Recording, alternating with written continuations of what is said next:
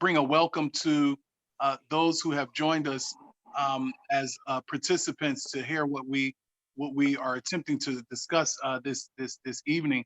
I want to thank all of the participants who are dear colleagues and dear friends of mine, but also of just humanity. The genesis of this was just a series of conversations over the past year that Asaf, David, Edmund of the Alliance, and Rabbi Earl Bowen and myself had, and then subsequent conversations emerged with Rabbi Glaser, and I did some things for her in a well-known synagogue, and then just all of the work that Marcus Allen has done in Philadelphia on both sides of the color line and gender line with regards to the African-American community and the Jewish community to make sure that we're hearing each other and we're not talking past one another. And then I met Allison a decade or so ago when I was one of the group leaders for Operation Understanding. And so it just made a lot of sense for us to come together from a strengths-based perspective on this first part of what we're looking at as a three-part series.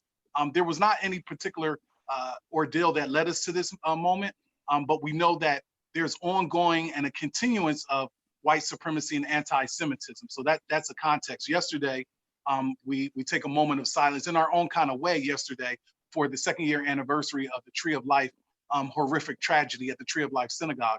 And so that's the impetus of why we're here this evening. We wanted to just bring our primary, secondary experiences, our historical knowledge about both groups, and then convene a conversation where we can really talk to the audience and talk with the audience and talk to one another.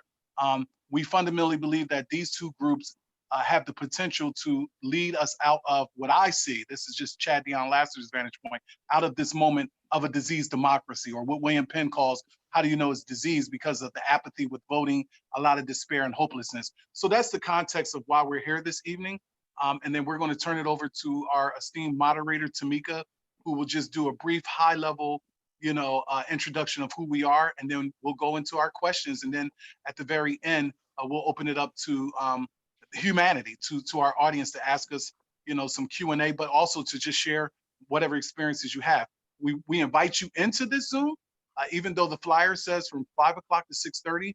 Please understand that there's going to be a lot of synergy because this is an amazing group and they love to talk. As you can see, I'm starting it off with a lot of talking, but this is a group that we can go past 6:30 if people want to stay in the moment with us. So I'll turn it over to Tamika. Okay. Good evening, and thank you, Chad. It's an honor to be brought on into this discussion. My name is Tamika Hatcher. I'm a civil rights educator with the Pennsylvania Human Relations Commission, and Chad is my boss. So I'm delighted to be a part of this conversation with this esteemed panel of guests that we have this evening.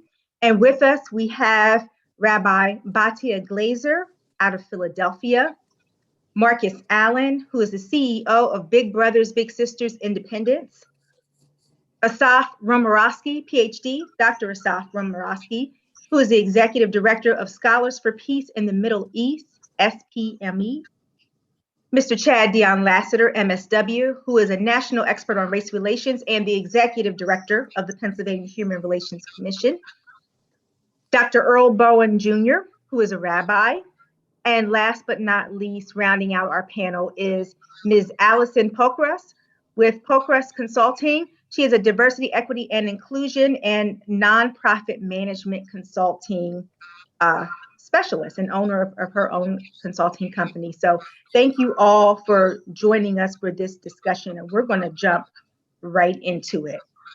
So this first question is for Asaf, Earl, and Allison. I'll ask all of you this. Starting from a strengths-based perspective, what do you believe the historical significance of the relationship between Blacks and Jews is? Any order or how do you want to do this? We'll start with you, Asaf. And please tell me how you should be addressed. Should I call you Dr. Romarowski? Asaf is fine. It's all good. No need.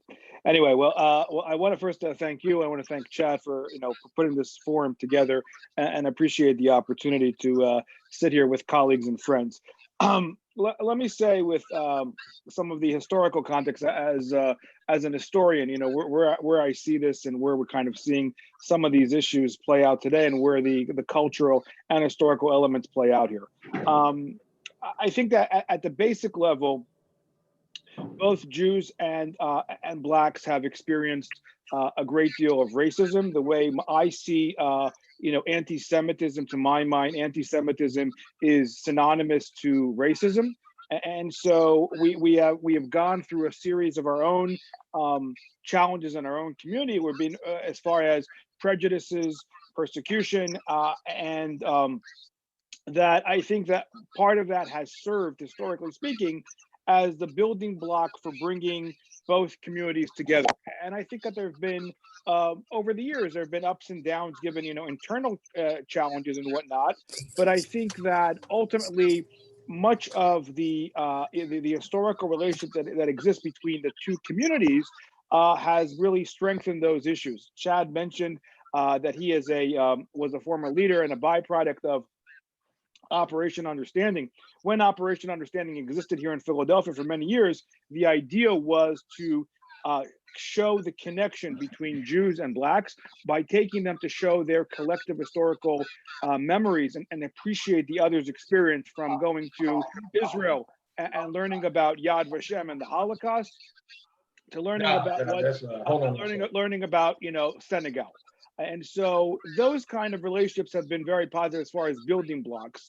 And I would say also from a, you know, what you're seeing today, and I think part of an interesting, you know, dynamic that has played out over the years was the fact that we've seen a growth of Jews of different colors, you know, and different, you know, especially, you know, talking about the Ethiopian community, Black Jews who came from Sudan.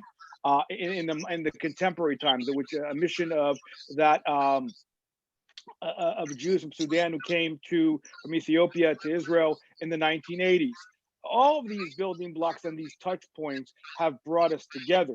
But I think that, you know, again, if you talk about American history, we have had phenomenal ties during the civil rights movement. We have acted together in a lot of collaborative issues. When it comes to dealing with with racism and persecution at large, and so that has been some of the glue that has brought us together.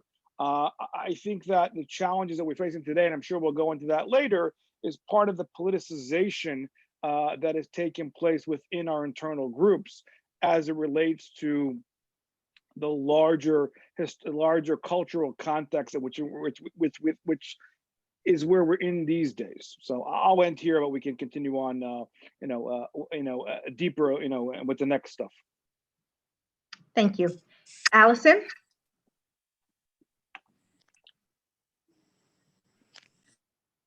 First, I want to thank you for convening this group, and it's great to see folks. And I noticed that one of my old teachers is in the audience, Sybil Gilmar. So thank you for showing up. And she was a good teacher for me. And I just also want to acknowledge this moment, how crazy it is, and that it's great to actually see humans. And I personally am still reeling from decisions made by our government last night. And so if I seem a little kind of out of it, like, that's still in the back of my head, because it was pretty upsetting for me personally. And I'm confident professionally, as well as so many others. Allison, I just want to acknowledge that. Let's just give some space for that, and because I can totally relate in that I felt that same way right after the Breonna Taylor situation. We immediately went to Zoom the very next day, and I did not have the mental bandwidth to process what had happened as of yet, and to be put on, having to be in the space of performative in terms of race relations and how we are relating. So I can totally understand where you're coming from. So we're with you, and do not feel unsupported in this discussion this evening. Thank you so much, Tamika. So one other thing, I came to this work as the Executive Director of Operation Understanding. I was the Executive Director of Operation Understanding for about 5 years, from 2008 to 2014. And it was through my role as the Executive Director and only full-time staff member that I really became immersed in the idea of Black-Jewish relations. When I was considering the job, I remember talking with a friend of mine at the JCRC up in Boston, because that's where I was living. And we were going to an event that night, and it was called the Golden Age of Black-Jewish relations. And I said to him, who was a white Jew, I said, do Black folk think that there was a golden age of Black-Jewish relations? And we had a conversation of that, and it was really something that was really focused in on the Jewish community, really focusing on that idea, and not necessarily something known in the wider African-American Black communities. And so that was something that I engaged with deeply through my work with Operation Understanding, and continue to. As we traveled around this country, Asaf remarked about going to Israel and Senegal, but that wasn't something that we did anymore. And I thought it was actually very important that we were actually staying in this country, because what I saw was that the kids who went internationally did not necessarily bring as much connection ongoing to Operation Understanding, that I saw so many who did a domestic trip. And we traveled to New York and down through the South, and we experienced the history between the two groups, but more so it was really focused on leadership and modern connections. And while there was that historic connection, which was so valuable, but there were actually many historical relationships between Blacks and Jews. There were many different sorts of historical relationships, and depending who you talk to, they would depict it both negatively and or positively, based on, and I can just name big things like racism, anti-Semitism, white supremacy, Christian hegemony, capitalism, that really challenged all of the circumstances. But one of the things that was beautiful between the activist communities of Blacks and Jews, and I don't want to discount, I want to make sure I bring to the fore that it was Jews of all colors, Jews of many different backgrounds, that are in our environments today. But it was through that idea of a shared liberation that really brought us together, that we identified with each other through our own unique histories of oppression and experiences outside of this country and in this country. And so it's that shared connection of our own experiences that were not the same, but our own experiences in coming to this country in that way. And by tying our liberations to each other, we learn to work together. And I think that was a really valuable place to start. Thank you, Allison.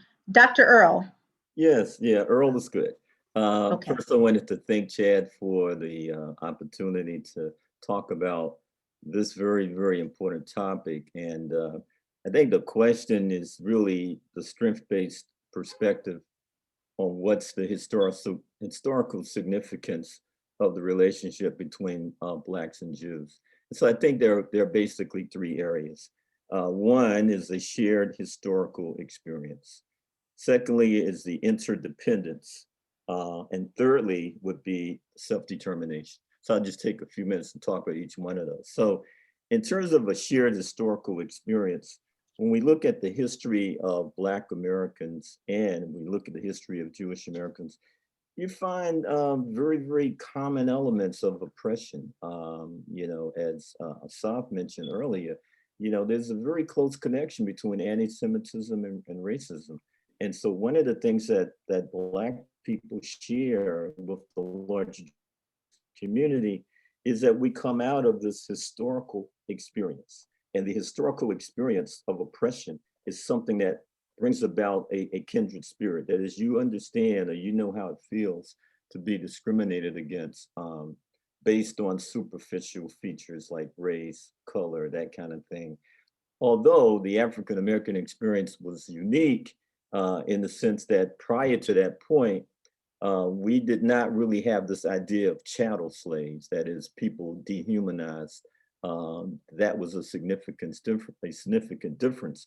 But the historical experience that we both share has been something that I believe has bonded or bonded us together as a people. The other area, though, is interdependence. And that is that one of the ways that an oppressed people can come together is to begin to formalize relationships.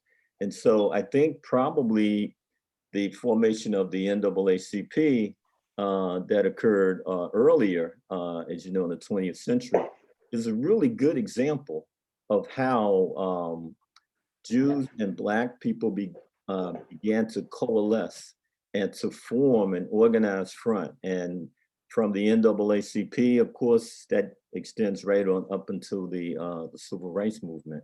And so this sort of interdependence that is beginning to appreciate our commonalities and not just looking at what our differences are, that is actually another strength-based approach. And then I think finally is self-determination. That is that each group in its own way has sought to be self-determining in terms of a future for itself. That is, when you go back and look at the history of Black people in America, you see many, many instances of self-help projects that emanate out of the community. And these self-help projects kind of run the gamut between social service programs, entrepreneurship. Of course, one of the ones that really sticks out in my mind is the work of Booker T. Washington, as he worked on bringing together Black businesses. But not only that, you know, we had the National Medical Association, which are Black physicians, and on and on and on. These are self-determination ideas of projects of helping ourselves. And of course, when you look at the Jewish community, you see very, very similar things. So I think when you combine those three things, the shared historical experience, the interdependence, and this idea of self-determination, what you see are very, very significant patterns of relationship building among and between Black people and the Jewish community as a whole. Thank you, Doc. Those are all excellent points that you raised from a historical perspective, particularly about the NAACP. And so as we go to our next question, and this is going to be for, I'm going to start with Marcus, Fatia, and then Allison. What was unique about the relationship between Blacks and Jews during the civil rights movement? So we're looking at the beginnings of, or in the midst of what's known now as the modern day civil rights movement. And we're talking about, you know, mid-60s Freedom Summer, and certainly comes to mind Goodman, Cheney, and Schwerner on that summer of 1964. So what was unique about the relationship between Blacks and Jews during that time period in the civil rights movement? Hopefully you can hear me, Tamika. Yes. Been having some challenges here. If my Wi-Fi goes down, I'm gonna actually convert to my phone, but we'll try this for now. First of all, thank you to Chad and yourself, Tamika, for putting this together. I think these conversations are so important for us to have. They're not the easiest conversations to have, particularly when we talk about just being really honest and transparent about our perspectives on the Black Jewish relationships.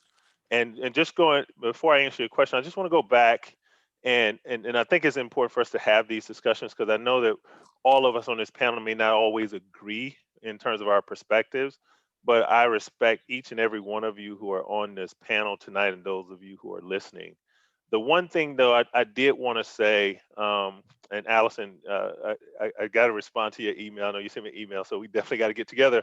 But you made a really great point.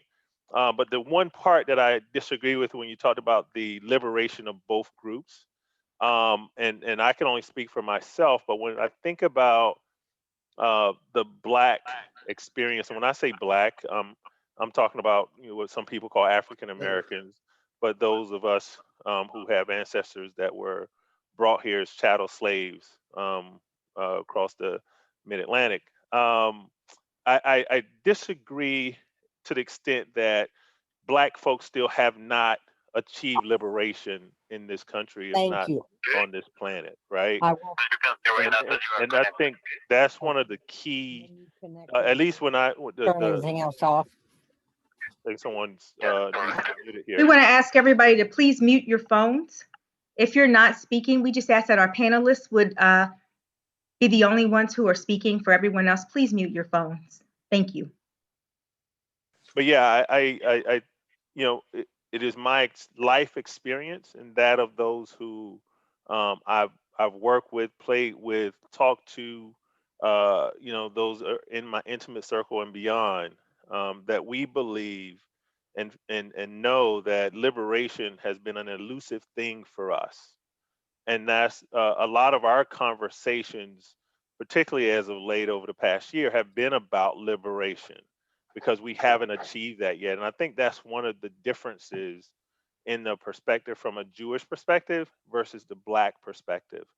And I think, once we can align on that basic belief on both sides, I think that will help with some of these challenges. And when we go back to the question about the uniqueness of the bond and experience with Jews and Blacks during the Civil Rights Movement, many of us already know that if it were not for Jewish folks, I don't know if there would be an Urban League or NAACP, and definitely not an Anti-Defamation League, if it were not for many of our Jewish brethren and sisters who really stepped up to the plate and saw the evil and saw that this country wasn't living up to its social contract when it comes to particularly Black folks and other folks as well.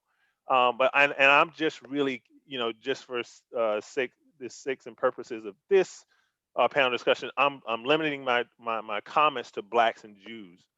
And so as a person who grew up in the South, rural South, Thompson, Georgia, 6,000 population. Even though I didn't grow up during the Civil Rights, I remember my grandmother and my grandfather and my mom talking about our relationship with Jews. And one of the things that we had a distinction between was between Northern Jews and Southern Jews. And what we saw with the Southern Jews was that they were willing to have this low profile, as it were, when talking about during segregation and during during the time leading up to Martin Luther King's march and all the other things that happened. And so part of what we saw once that momentum started and the Northern Jews really got behind this movement of civil rights, we began to see this alignment between the Black and Jews and this common cause and these similar backgrounds in terms of oppression. And so I think if there were ever a golden age of the relationship between Blacks and Jews, from my perspective, it would have been leading up and during the time of civil rights, because we had a common enemy, and that enemy was white supremacy and the KKK, who did not delineate between their harsh words and lynching and behavior towards Blacks, and they did the same thing to Jews. And that was a time when both Jews and Blacks died for what they believed in. They put themselves out there. They lost businesses, they lost money, they lost possessions, and they lost relationships because they so believed that our histories were somewhat intertwined. And so and I won't answer some of the other questions coming up, because I think it also leads to some of the challenges that we have today when we're trying to sew this fabric back together between the Black and the Jewish communities. But I think first and foremost, we got to start with that basic language of honoring and respecting the perspectives of the different groups involved. You want to be out of it? No, I don't want to be in it. Thank you, Marcus. I want you to hold on to that because you talked about the transition into the next questions in terms of why there were challenges. But so I want you to hold that, and I'm going to allow for Batia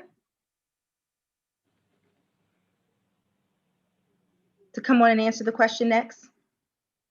I'm sorry, Allison. What was unique about the relationship between Blacks and Jews during the Civil Rights Movement?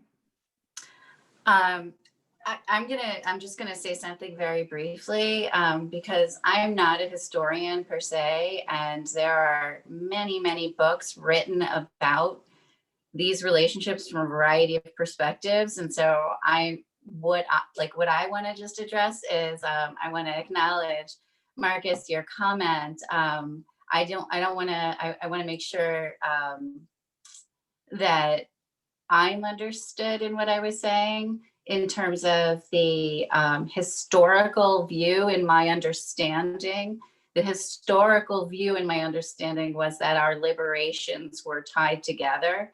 It doesn't, and I completely agree with you that liberation has not arrived for people of color. And I want to be absolutely clear that is, I absolutely believe that we do not experience the same things. And Amen, sister. Amen. I'm with you. I'm with you.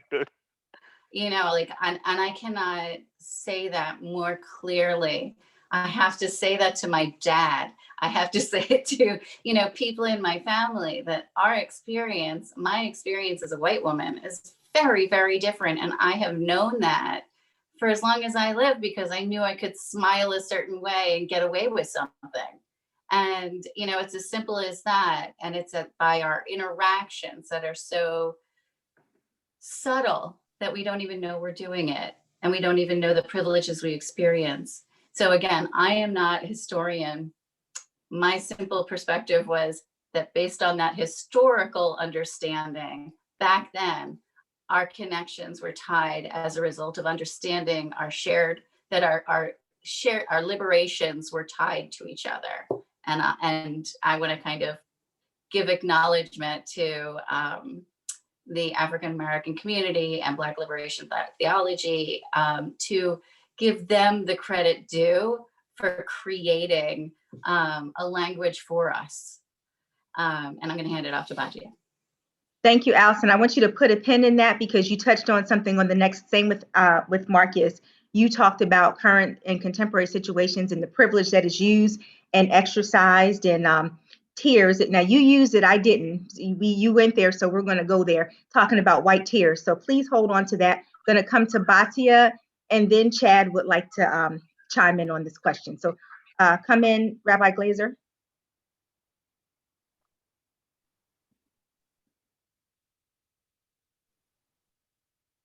I believe she's unmuting herself right now. And if, as Batia, can you hear me? Are you able to hear me? I hear you fine. Okay, I want to come into Executive Director Lassiter. I would like for him to address that, the historical and Yeah, can you hear me? yes. Yeah, I think I'm asking you if you would address that question for us, please. Yeah, I start with the two of the greatest leaders of that time. There were multiple leaders, but when we think about Chad, I think you just muted yourself. Chad, you muted yourself. Chad. white supremacy, but we look at it in context also that we have Rabbi Yeshua Heschel, and you also have Martin Luther King. You have the concept of the beloved community. With that beloved community, what you had was you had two faiths. You had the God of Abraham, the God of Isaac, the God of Jacob, connected to the Jewish synagogues and the Black churches as social change agents and social change institutions that decided to say, we're going to attack institutional racism, prejudice plus power from a structural standpoint. I'm hearing a lot of feedback. I don't know if people are hearing me. Yeah, I'm getting feedback too, Chad. I don't know. Chad, you have two devices. you have Two two devices. devices, Chad. Who has two devices? You do, Chad. You're using two devices, your phone and your computer.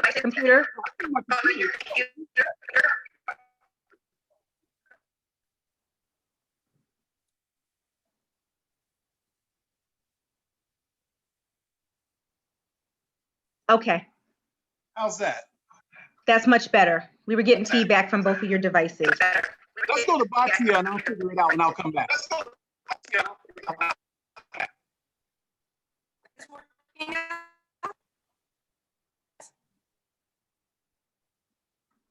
Is this working? Can you hear me? We can now. It sounded like you were freezing up at first. Thank you, Batia. Are you ever having connectivity? I'm gonna switch from my iPad as time goes on, but I don't know that everybody Can't hear you. I can't hear it at all. No, it's all grumbled. It's okay.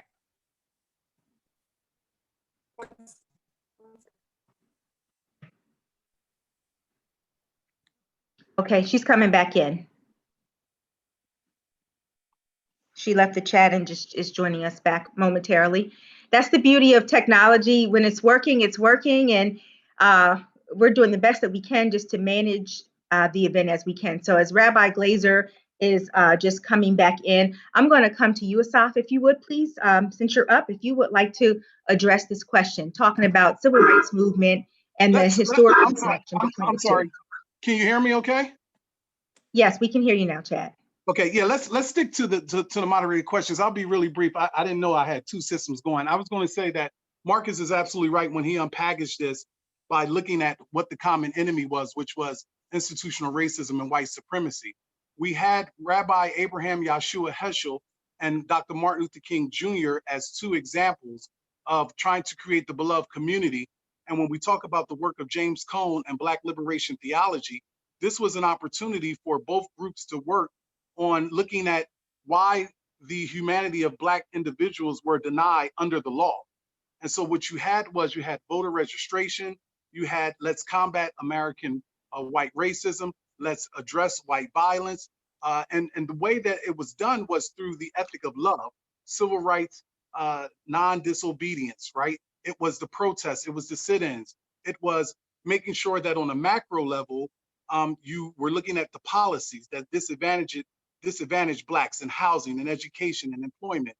Police terror, even during that time, took place. On a meso level, how can we get into the universities? And that's where we had a lot of our Jewish colleagues who were denied because of anti-Semitism the opportunity to teach at Ivy League universities, and they went south. The universities that Marcus and I are aware of in the South, historical Black colleges and universities, and Dr. Bowen and all of us, they also taught in the North. So they were at Lincoln University, they were at Cheney University. And then on the micro level, they protested. And they protested against systems of injustice, whether that was the transportation system, the voting system, the whole aspect of discrimination against the law because someone wanted to go to a water fountain or to a hospital where the blood was marked W for white and C for color. And so I think one of the things that we have left out of the context is that from a strengths-based perspective, that civil rights movement is something that gave rise to multiple leaders. Marion Wright Edelman came out of that same tradition with the Children's Defense Fund, and it's endless on the Jewish side and on the African-American side. And so I think one of the aspects of why that moment was historical is because for the first time, you had two groups who at that pivotal moment in time, not everyone, but they put aside their forms of ethnocentrism and they decided to say, listen, we see what African Americans are going through, and we're going to fight for them under the law. So you had Jewish lawyers who actually were going down south and speaking back to those Jim Crow policies. Mississippi Burning, not the movie, but the actual occurrence in which, you know, Jewish individuals said, I'm going to forego going to Columbia Law School and I'm going to join the Freedom Rides. I mean, Senator Joe Lieberman was an individual who could have lost his life, and countless others. And so I think that is the significance of that relationship. CORE, Student Nonviolent Committee, you know, SNCC, LCL, SCLC, all of those institutions were developed in tandem with one another. And that was the beauty of that relationship at that particular time, where they both showed the humanity of African Americans, and they spoke up to the power structure. Yes. So Thank you. am I working now? Yes, you are. Thank you. I apologize for the technological issues. I don't want to restate everything that has been said so beautifully, but I just want to add the word empathy to the conversation. Right? I don't think it's possible to overstate the significance of the color line in the United States of America. And I think that we are aware and becoming increasingly aware of how that is structured as part of our society and why that needs to be a structural conversation. But through each community is strongly identified a sense of who we are, a sense of communal organization and the need of organizations to work for our communities, a commitment to working together, and a sense that our separate and different histories give us empathy for one another and an understanding that we need to work together to fix it. And I think at that moment, particularly during the 50s and 60s, there was a clear sense that we need each other to move society toward justice. And that was through our mutual support through decades. That was a moment when that came together to move the conversation forward, to move the institution forward, and to make changes in the legal system. And it was a great beginning. It is not to minimize the differences in our community's experiences or the tensions that have existed, as our communal experiences are very different in the United States of America. But that empathy exists. And when I have conversations with members of both communities today, there is still a sense of mutual care and commitment. There's also plenty of Jewish racism and plenty of Black anti-Semitism. But that sense that we are in this together, I hear again and again. And I am glad we are having this conversation. Thank you, Tamika and Chad, for pulling us together to have this conversation, to move the conversation forward. Thank you, Rabbi Glazer. I want to go back to Marcus with the next question because you were already leading into that. Our next question was, why is there a complicated history between Blacks and Jews? Going to go to Marcus first, and then I'm going to go to Allison. Yeah, that is I think that is the question, right? And I would be presumptuous to think that I could even answer that in the small amount of time that we have here, nor do I have the historical data and background to do so. But what I will tell you from my own lived experience and just studying this for myself, someone who, as a part of APAC and a part of AIEF, which is American Israeli Education Fund, and I took a trip to me and 20 other Black leaders from across the country to meet with Israeli leaders in Jewish Israeli leaders in Israel, and we sat down and we met with leaders from the Palestinian groups and the Israeli groups, and did all sorts of different informational exercises across the country. Met with members of the Knesset. It just dawned on me the rich history and culture that Jewish folks have that we as Blacks don't have, right? For most of us as Blacks, our historical reference really stops at the beginning of slavery in this country.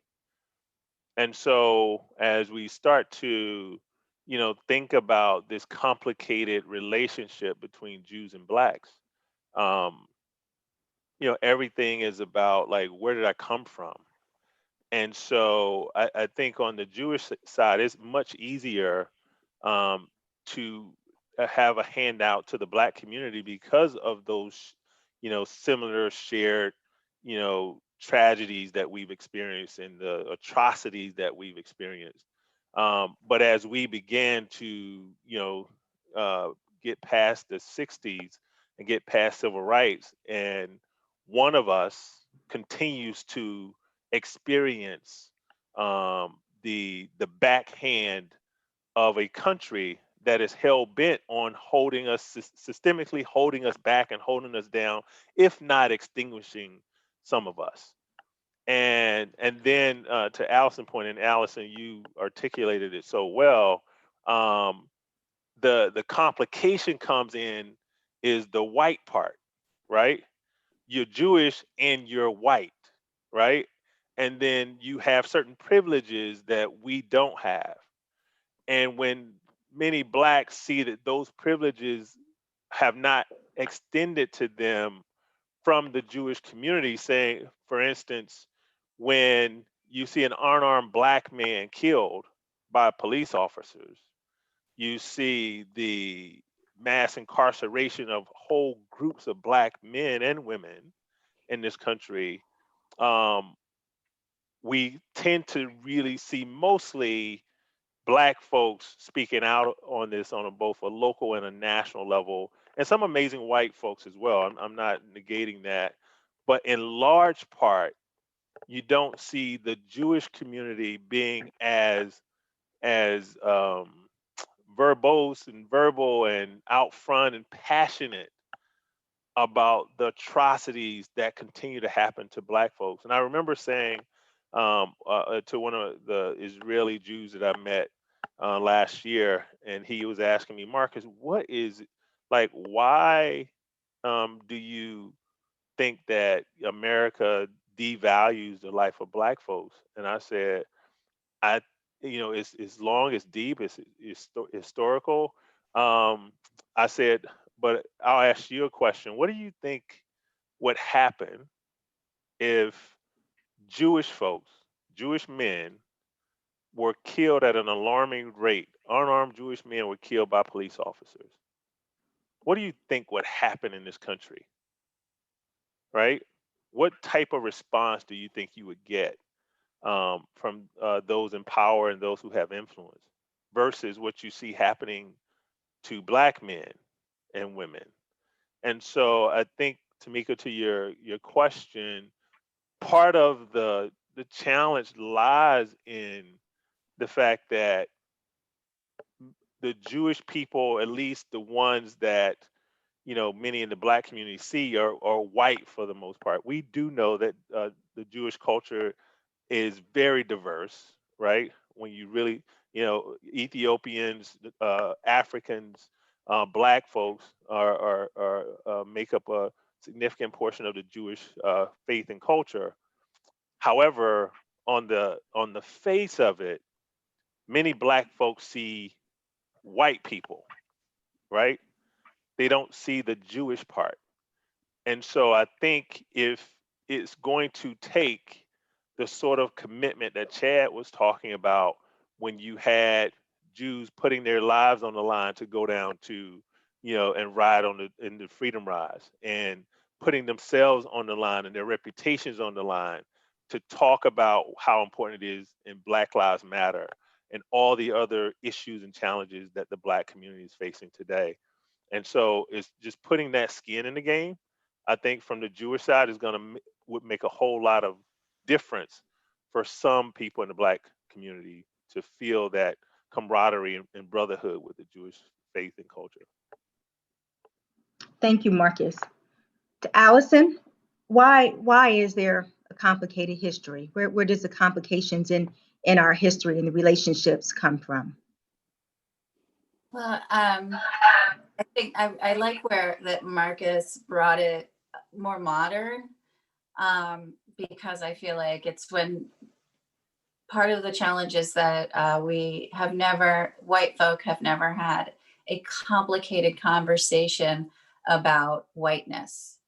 And when Jews became white, when Jews assimilated, as was the need to survive in this country, we were able to assimilate and pass, and we were able to own, and we were able to collect wealth, and therefore become quote unquote American.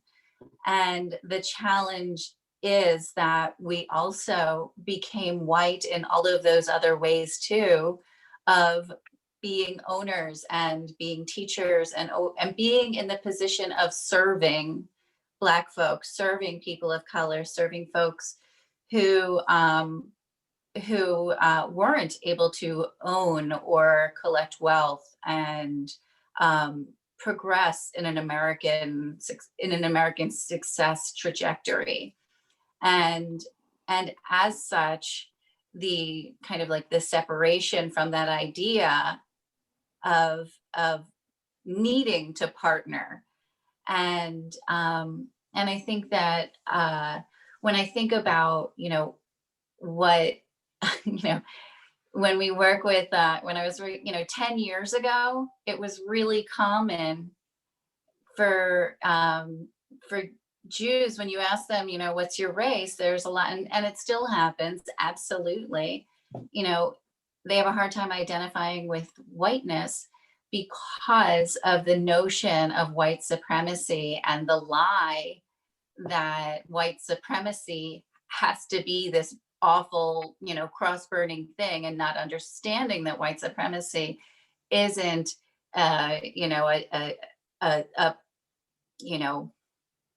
dramatic and not dramatic experience. Like, we are, like, the racist systems are so entrenched in our society, and by developing a more complex conversation around whiteness, we understand how white many Jews are, and that our ability to pass in society enables us to have many freedoms that still are elusive to people of color.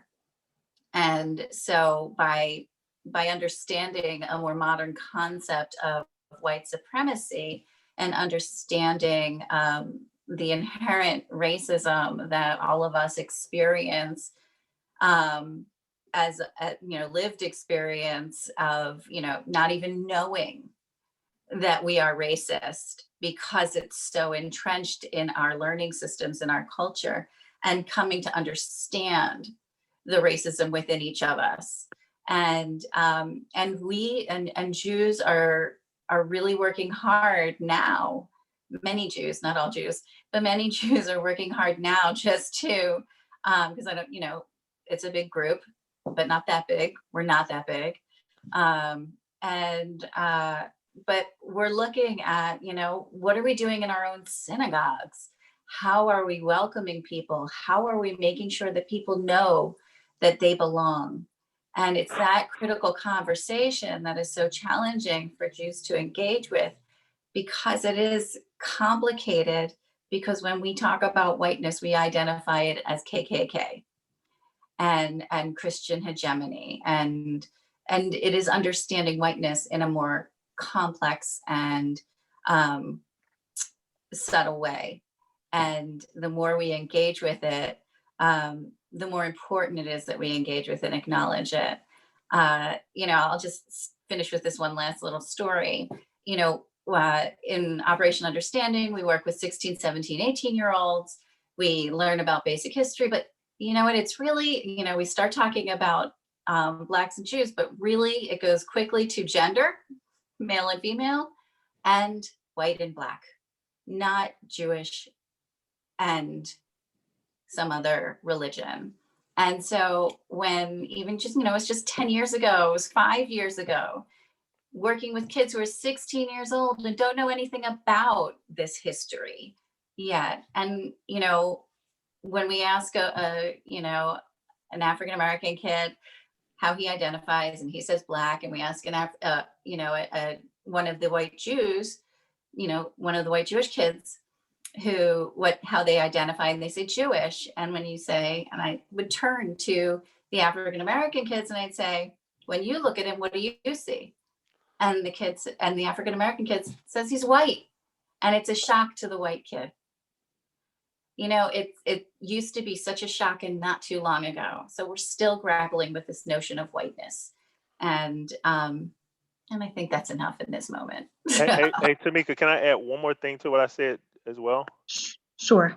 When you think about the two things, when you think about history, and also to Allison's point, one is the proportionality of what we're talking about. As I'm told, there's about 16 million Jews on the entire planet, right? 8 million estimated here in the U.S., right? We're talking about almost 40 million Black folks, right? And so part of it is how it has nothing to do with Jewish folks. From a Black perspective, it has to do with how America values life, right? And so we are stuck in this construct which America tells the Black man and woman that they are less than, they're at the bottom of the totem pole.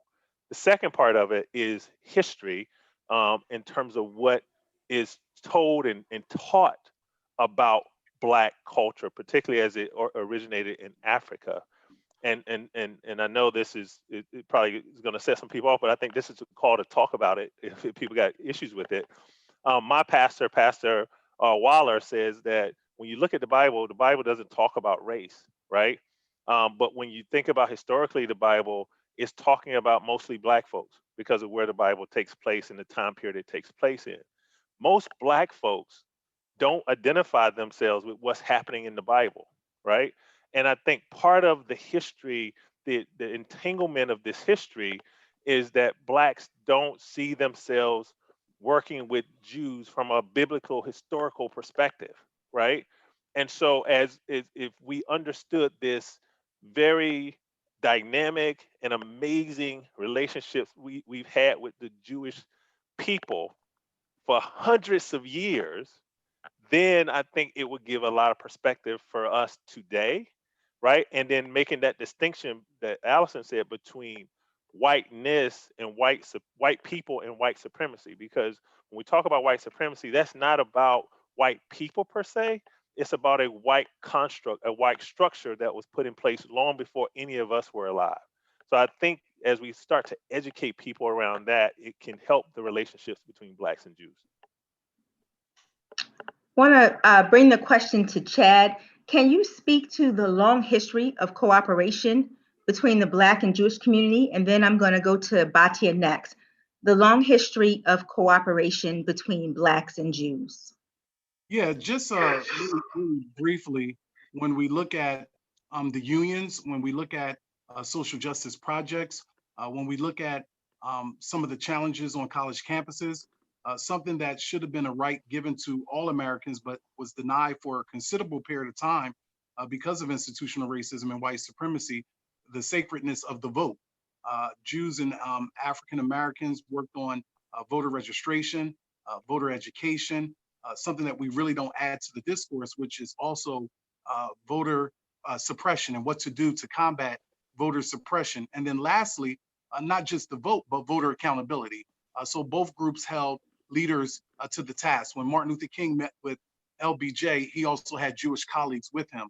And so a strong relationship and historical context of cooperation between both groups, fellowshipping with one another, Black churches making sure that they also stood up. And Rabbi and Dr. Earl Bowen has a lot of history in this area that was not really widely known. And we need to make sure that we unearth it and we make sure that people fundamentally and foundationally understand is that we had a lot of African Americans who, during the Clifton Heights anti-Semitic challenge up in New York, actually African Americans of all faiths and non-faiths stood up with Jews. So there has been a long protracted history of cooperation, albeit the conflict that everyone likes to focus on. And so when you hear what Allison talks about, that was Operation Understanding was the brilliant ideal and genesis of former Congressman Bill Gray, who actually also was the president of the United Negro College Fund and a prominent lawyer. Was that George Weiss, Allison? George Ross. George Ross, excuse me.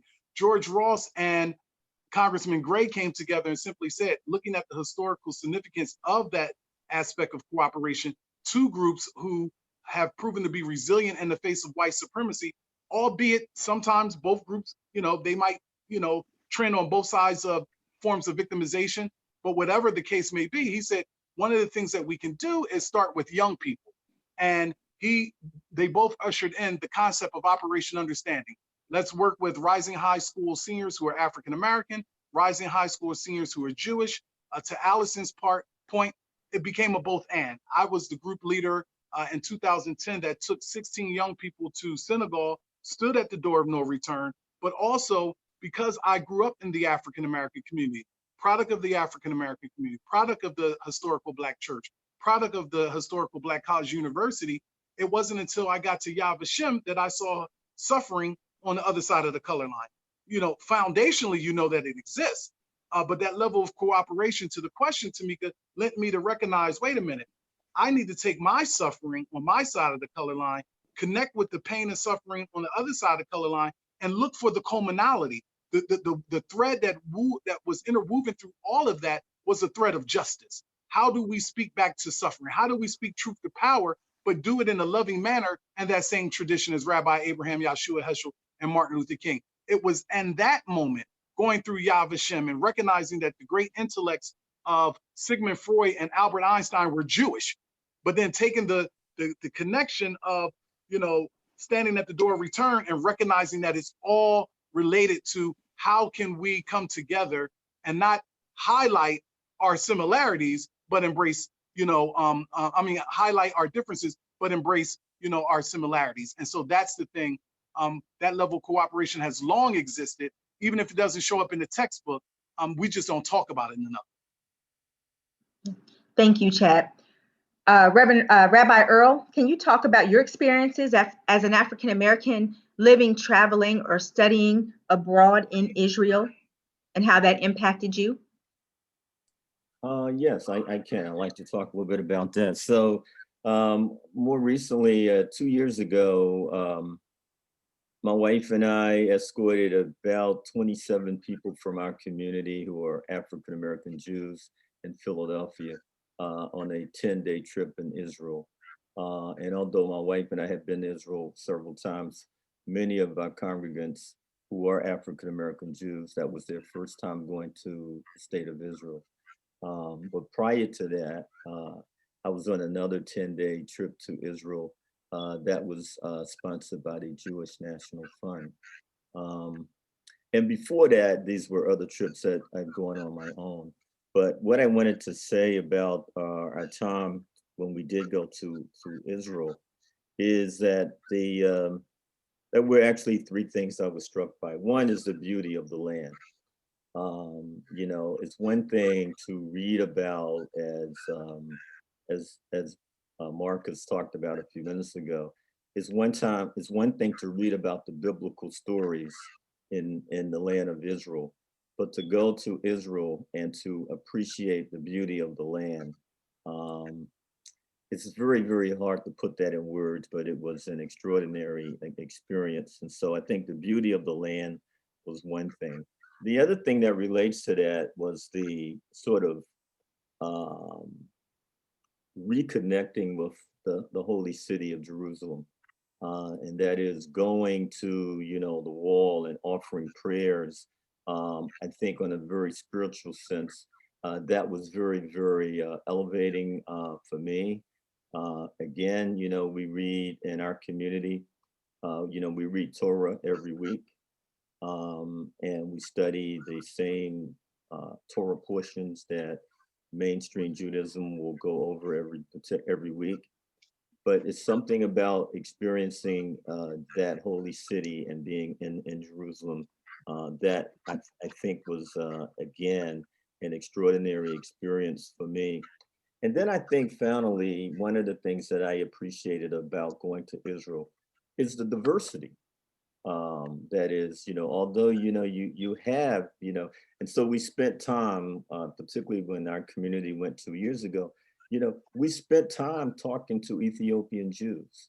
and understanding their experience and their trek from Ethiopia to Israel. And we also met with other groups in Israel. And so the diversity of the state of Israel, I think, is something that a lot of people don't always appreciate until you actually go there. And so those things were the most memorable things for me.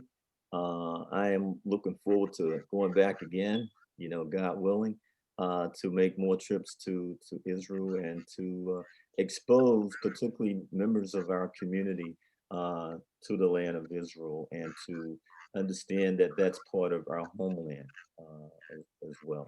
So it's a great experience. Thank you, Rabbi.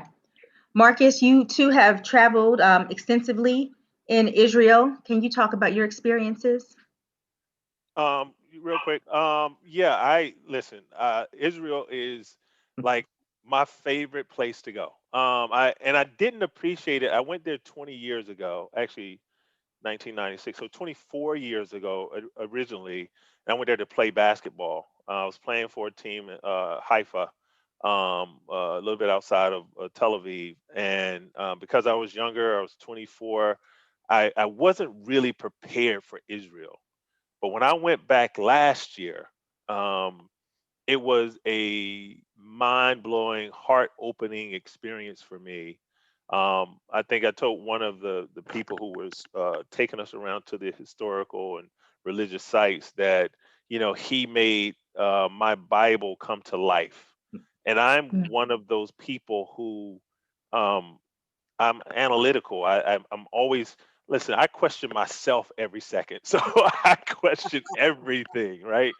And so to be there and to be engaged, and they warned me. They said, listen, um, they said we as Israelis, we're very aggressive in our knowledge and what we believe and what we know, which really fit me because I wanted to have the debate, right? And so for me, the things that stood out was obviously the land and going to the Dead Sea and getting into the water and getting my eyes burned out, going to Jerusalem, going to the churches of Sepulchre, you know, going to the wall, and all of those things.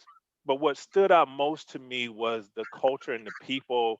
One Friday we had Shabbat at one of the former ministers' houses, and just the way the Israeli people receives you is a total different thing.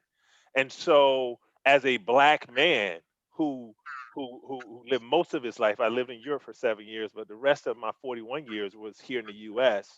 To be received in a way that I was received by the Israeli folks, and I won't just say because some of them didn't consider themselves Jews, and then also I did learn while I was there, a third of the Jews in Israel don't subscribe to religion, right? And I never knew that, right?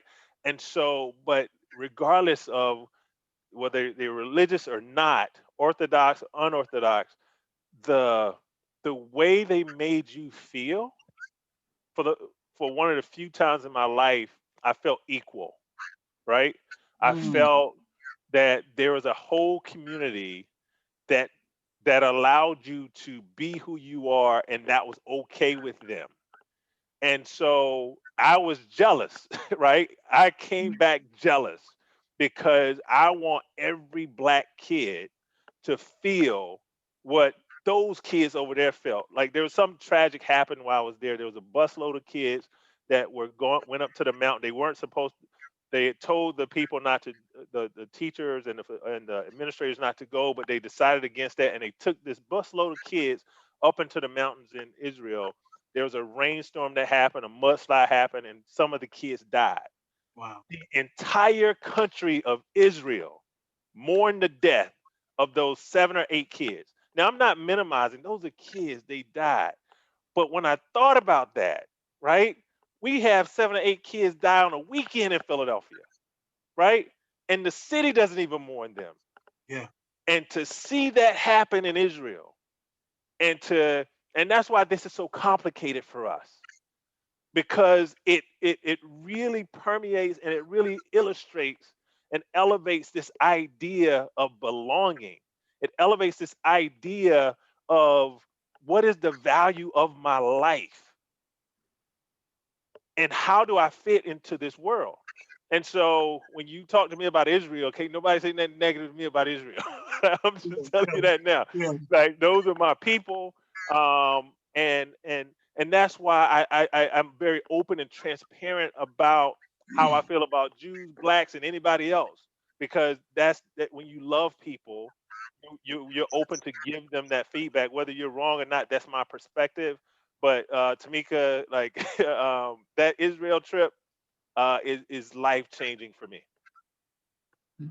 You hear so many people who have had the opportunity to travel to Israel, to Africa, and they talk about the authenticity and the depth of their experience and how it was so life-changing and transformative in their thoughts. So I want to take the questions to the media. Given all of that you just all said, how does the media take advantage of prejudices that exist? This question is for Asaf. I'm going to come to Asaf first, and then I'll go to Allison. How does the media, politicians, demagogues take advantage of the popular prejudices and misunderstandings between the groups? Because for everyone who's visited and who I've just heard talk here, you talk about the richness of the history and the culture and how this goes back centuries beyond America, beyond our recorded history that we know about here, but there's a depth and a synergy between the cultures. So how does modern day media and politicians exploit those popular prejudices amongst us? Well, it's a very complex question, but let me try to tackle that. The problem is, in the propaganda that plays into this, I would say that today in America, we are in a phase of what I would consider to be a normalization of anti-Semitism. And there is a variety of issues that need to be tackled in this concept. One is the fact that there is still an attempt in the West, in North America and in Europe to try to differentiate between anti-Zionism and anti-Semitism, as to say that if I'm only an anti-Zionist, I'm only against the state of Israel. And part of the propaganda that you see today that's taking advantage of the politicization of the environment is that the prism in which Jews are being judged, and Israelis in particular, is within the context of the modern day conflict. And so to Marcus's point before, which I appreciate, the fact of the matter is that Jews and the totality of the state of Israel is perceived to be a product of a white colonial enterprise, which really doesn't, speak, at all about the diversity of the state of Israel and what Israel is all about.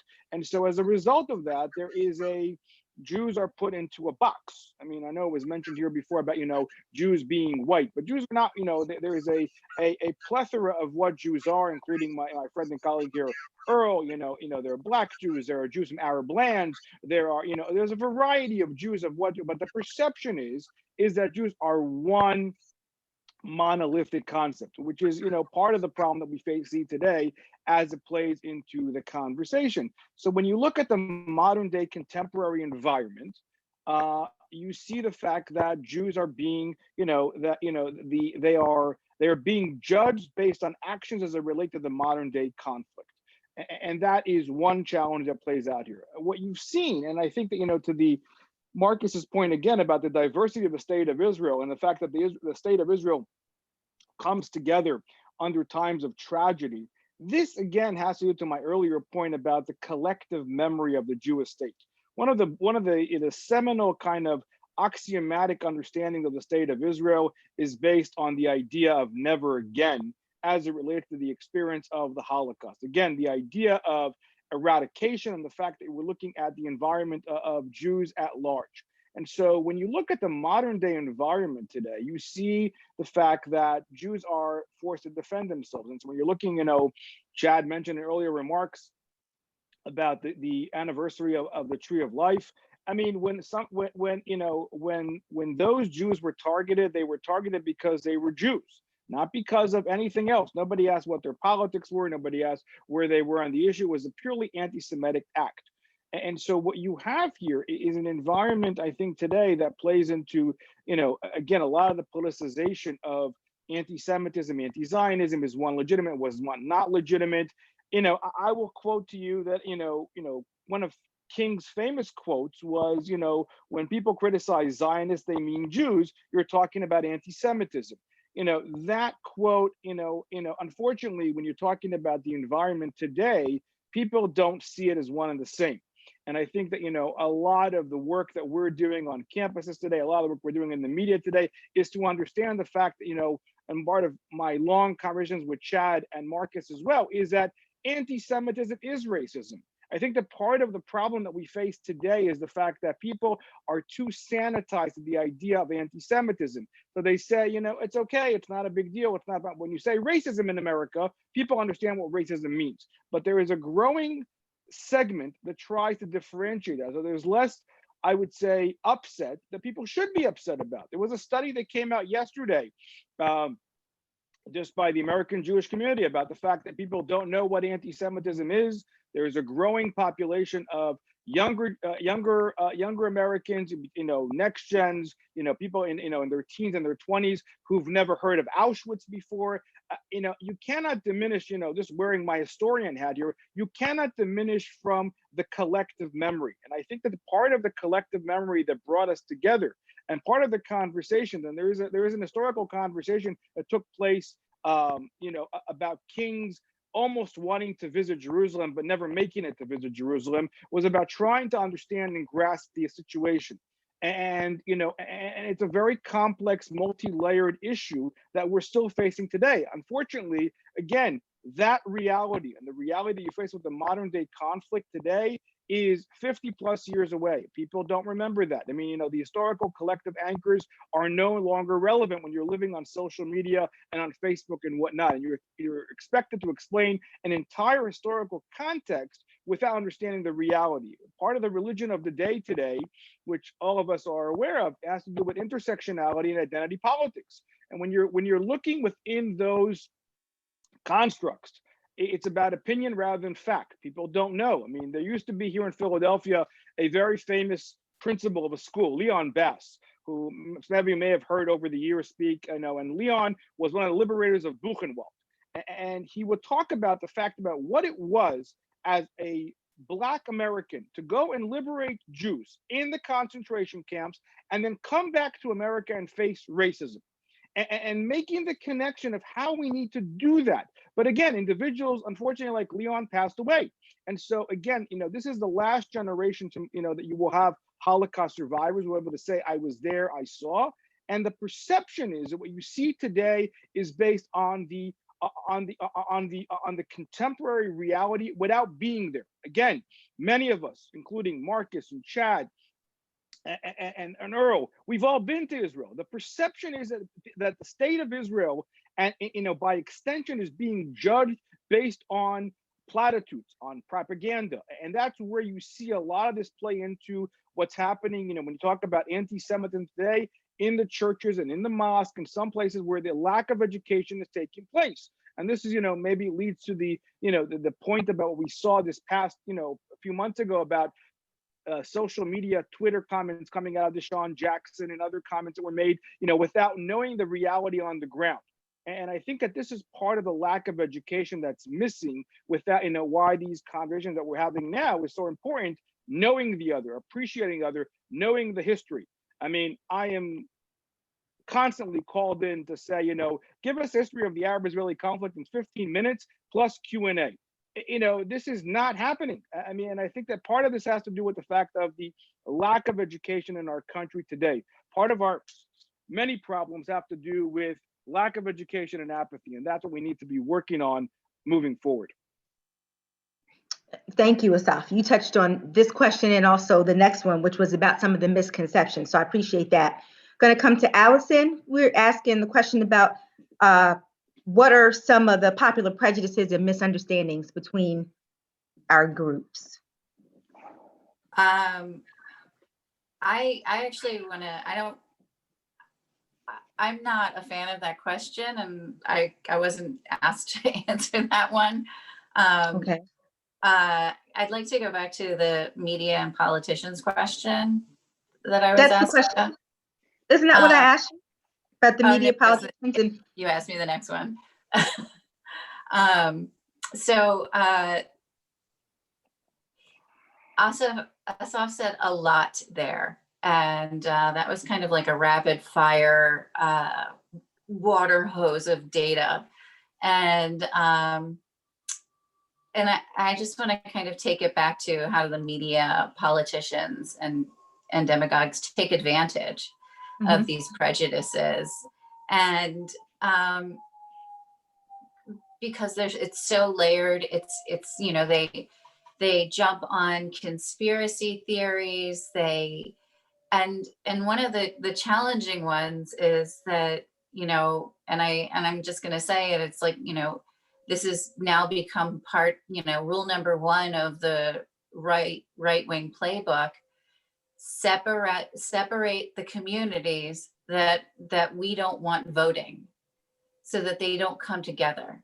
And so they spread lies about each other, or what they really do is they highlight Black men and women who criticize Israel or make anti-Semitic and repeat anti-Semitic tropes and conspiracy theories, and then the media jumps on it and repeats it and repeats it and repeats it, and it is so destructive. And they ignore those same exact comments when they are coming out of white mouths. They completely ignore it.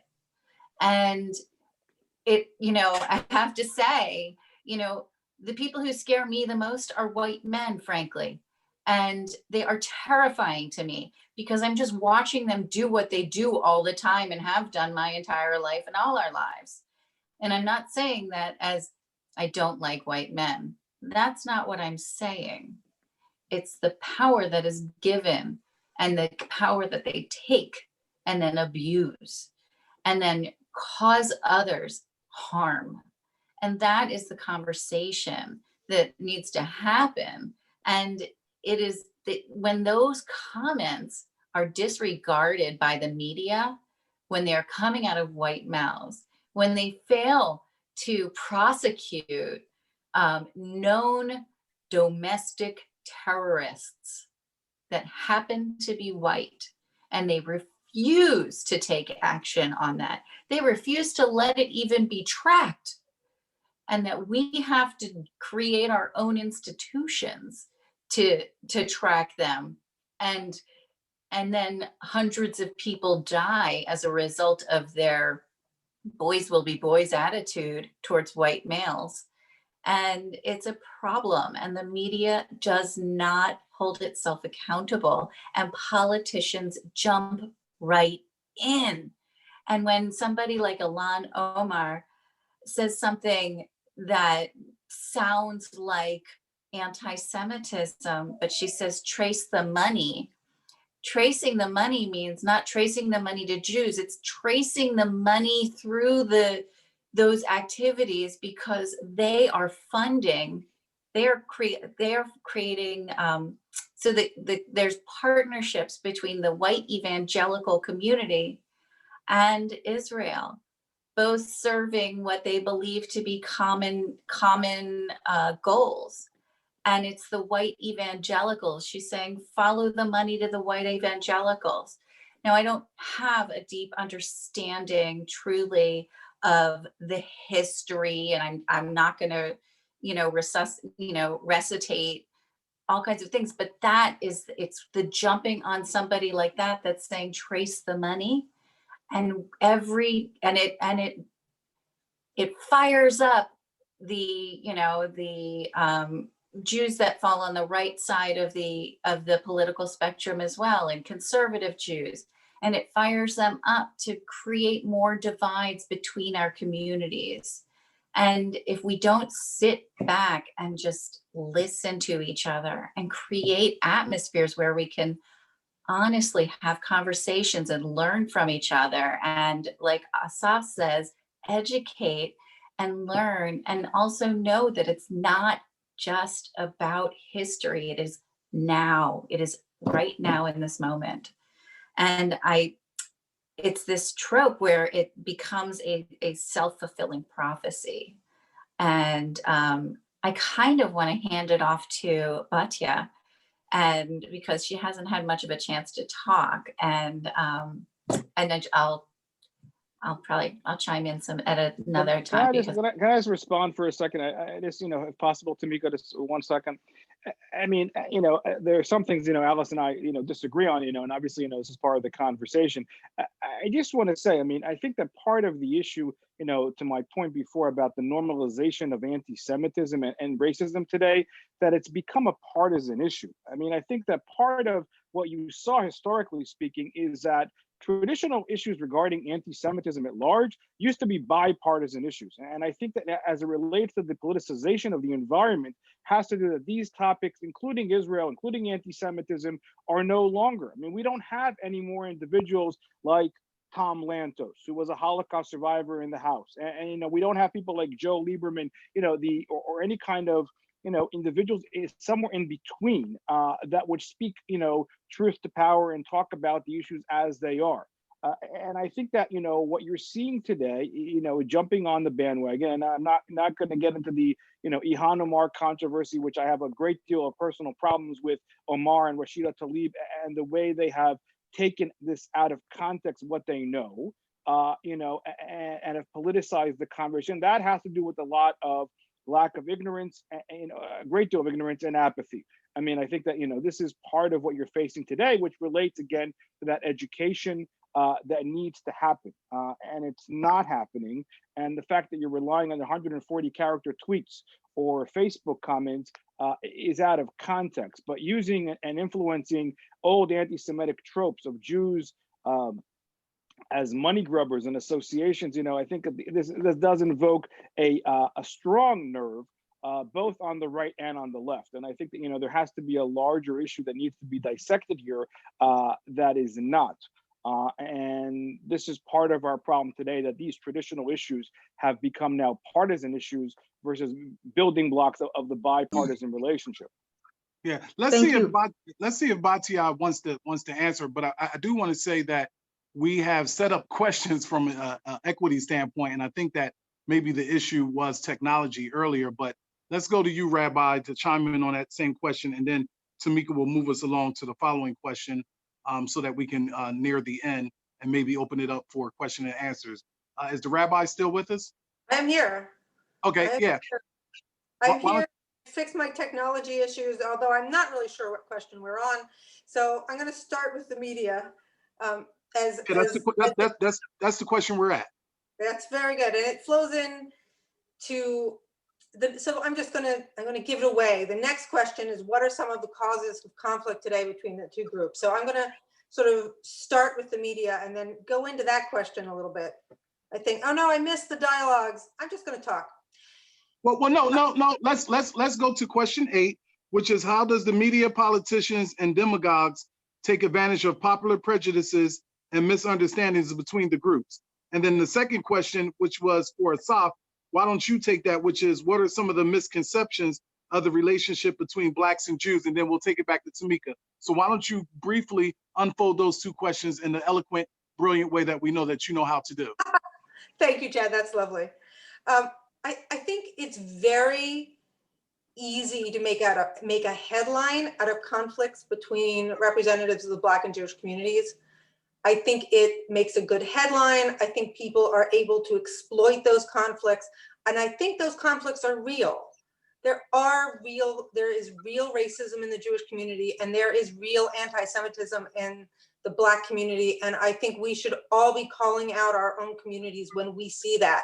And we all know that for internal reasons, that can be very difficult to do, but it matters, right? And those bigotries are real and dangerous and easily exploited by people who want to wield power.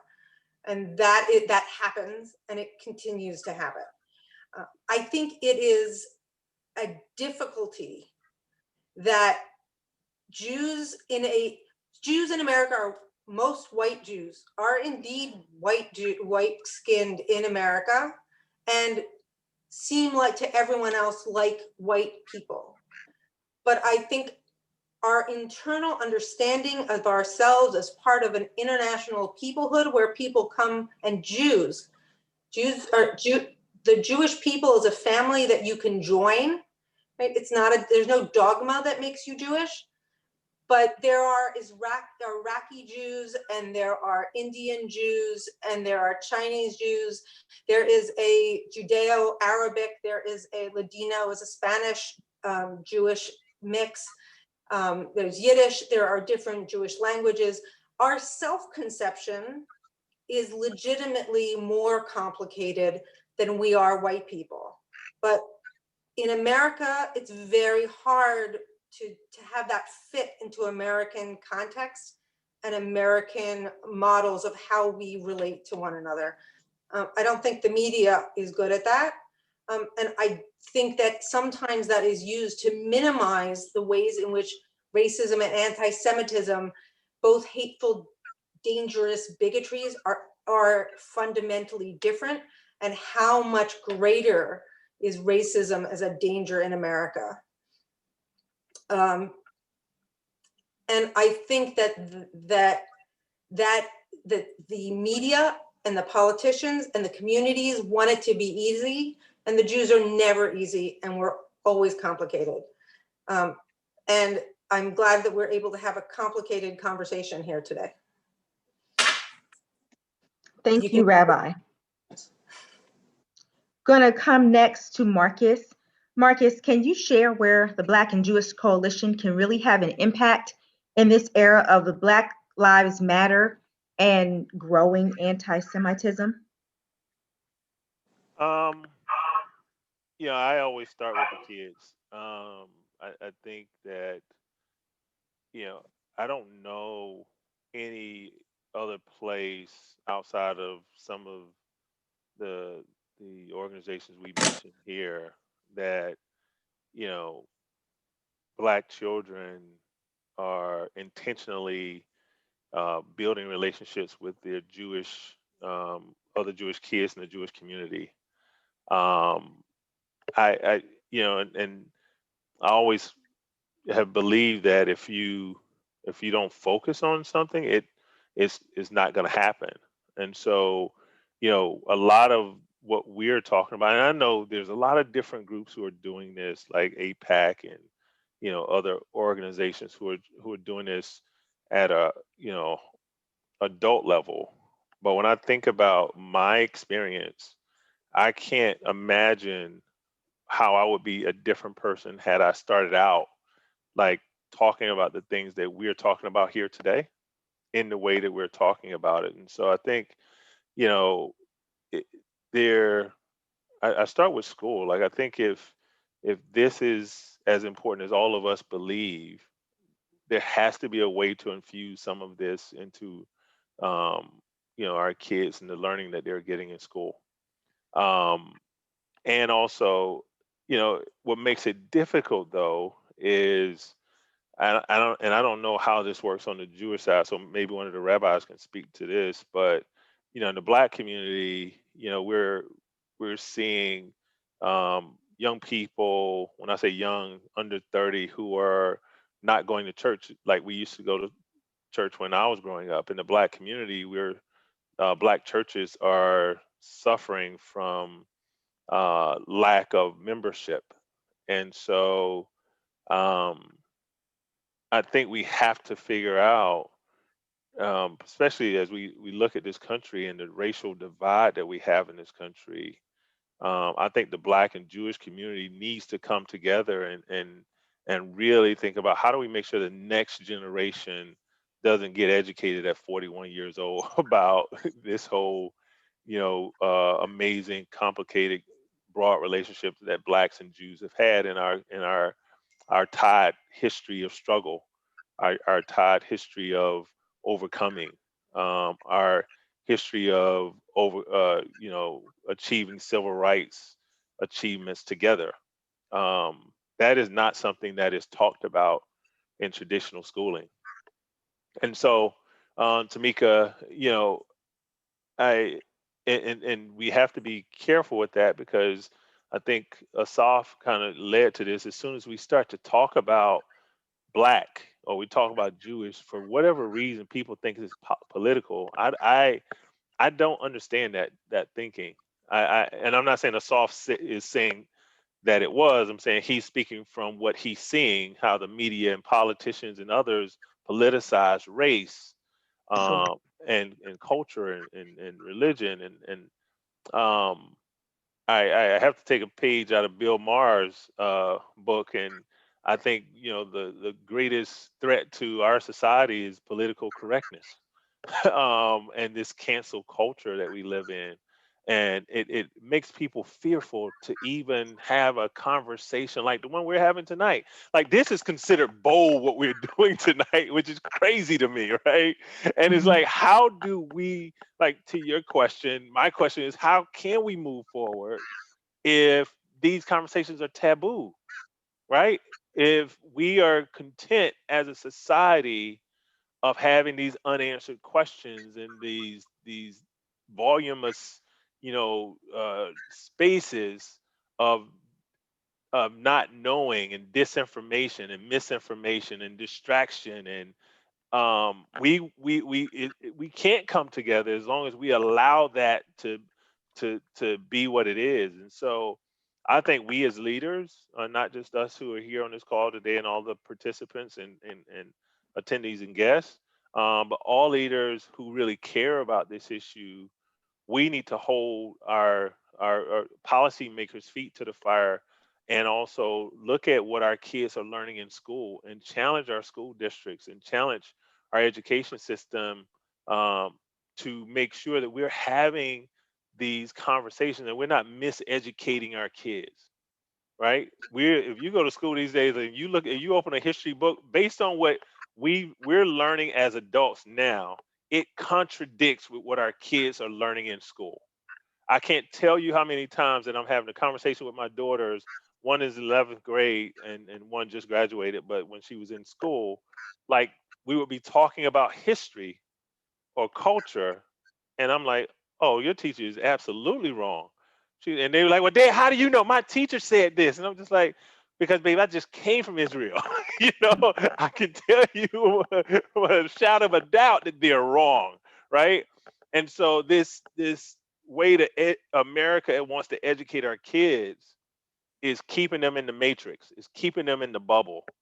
And so when we talk about liberation, Allison, to me, liberation is, we can't just lower the wall so everyone can look over the wall, right? I'm sure you've all seen that little graphic with the kids who's standing on the little boxes, and the kid who's the shortest, they have a taller box so that shorter kid can look over the wall, and that's equity, right? Well, I don't really think that we're looking for equity anymore, right? Equity was the beginning of 2020. We know 2020 is like 5 years long, but that was the first year of 2020. We've gotten to the point now where we're looking for total liberation. And liberation is like, we don't even want the fence in front. We want to tear the whole fence down, right? Nobody needs to stand on a box, right? Because we have to tear policies down that we know are prejudiced and that are holding certain people back. And until we can have that conversation and start those sorts of actions, then we're going to continue to need to have these conversations, because we're not going to be able to bring these two cultures together, because there's so much misinformation out there, that is causing us to be split. Thank you, Marcus. Allison, I want you to come in right on that. How can we improve the dialogue between Blacks and Jews? That's a really good segue to that.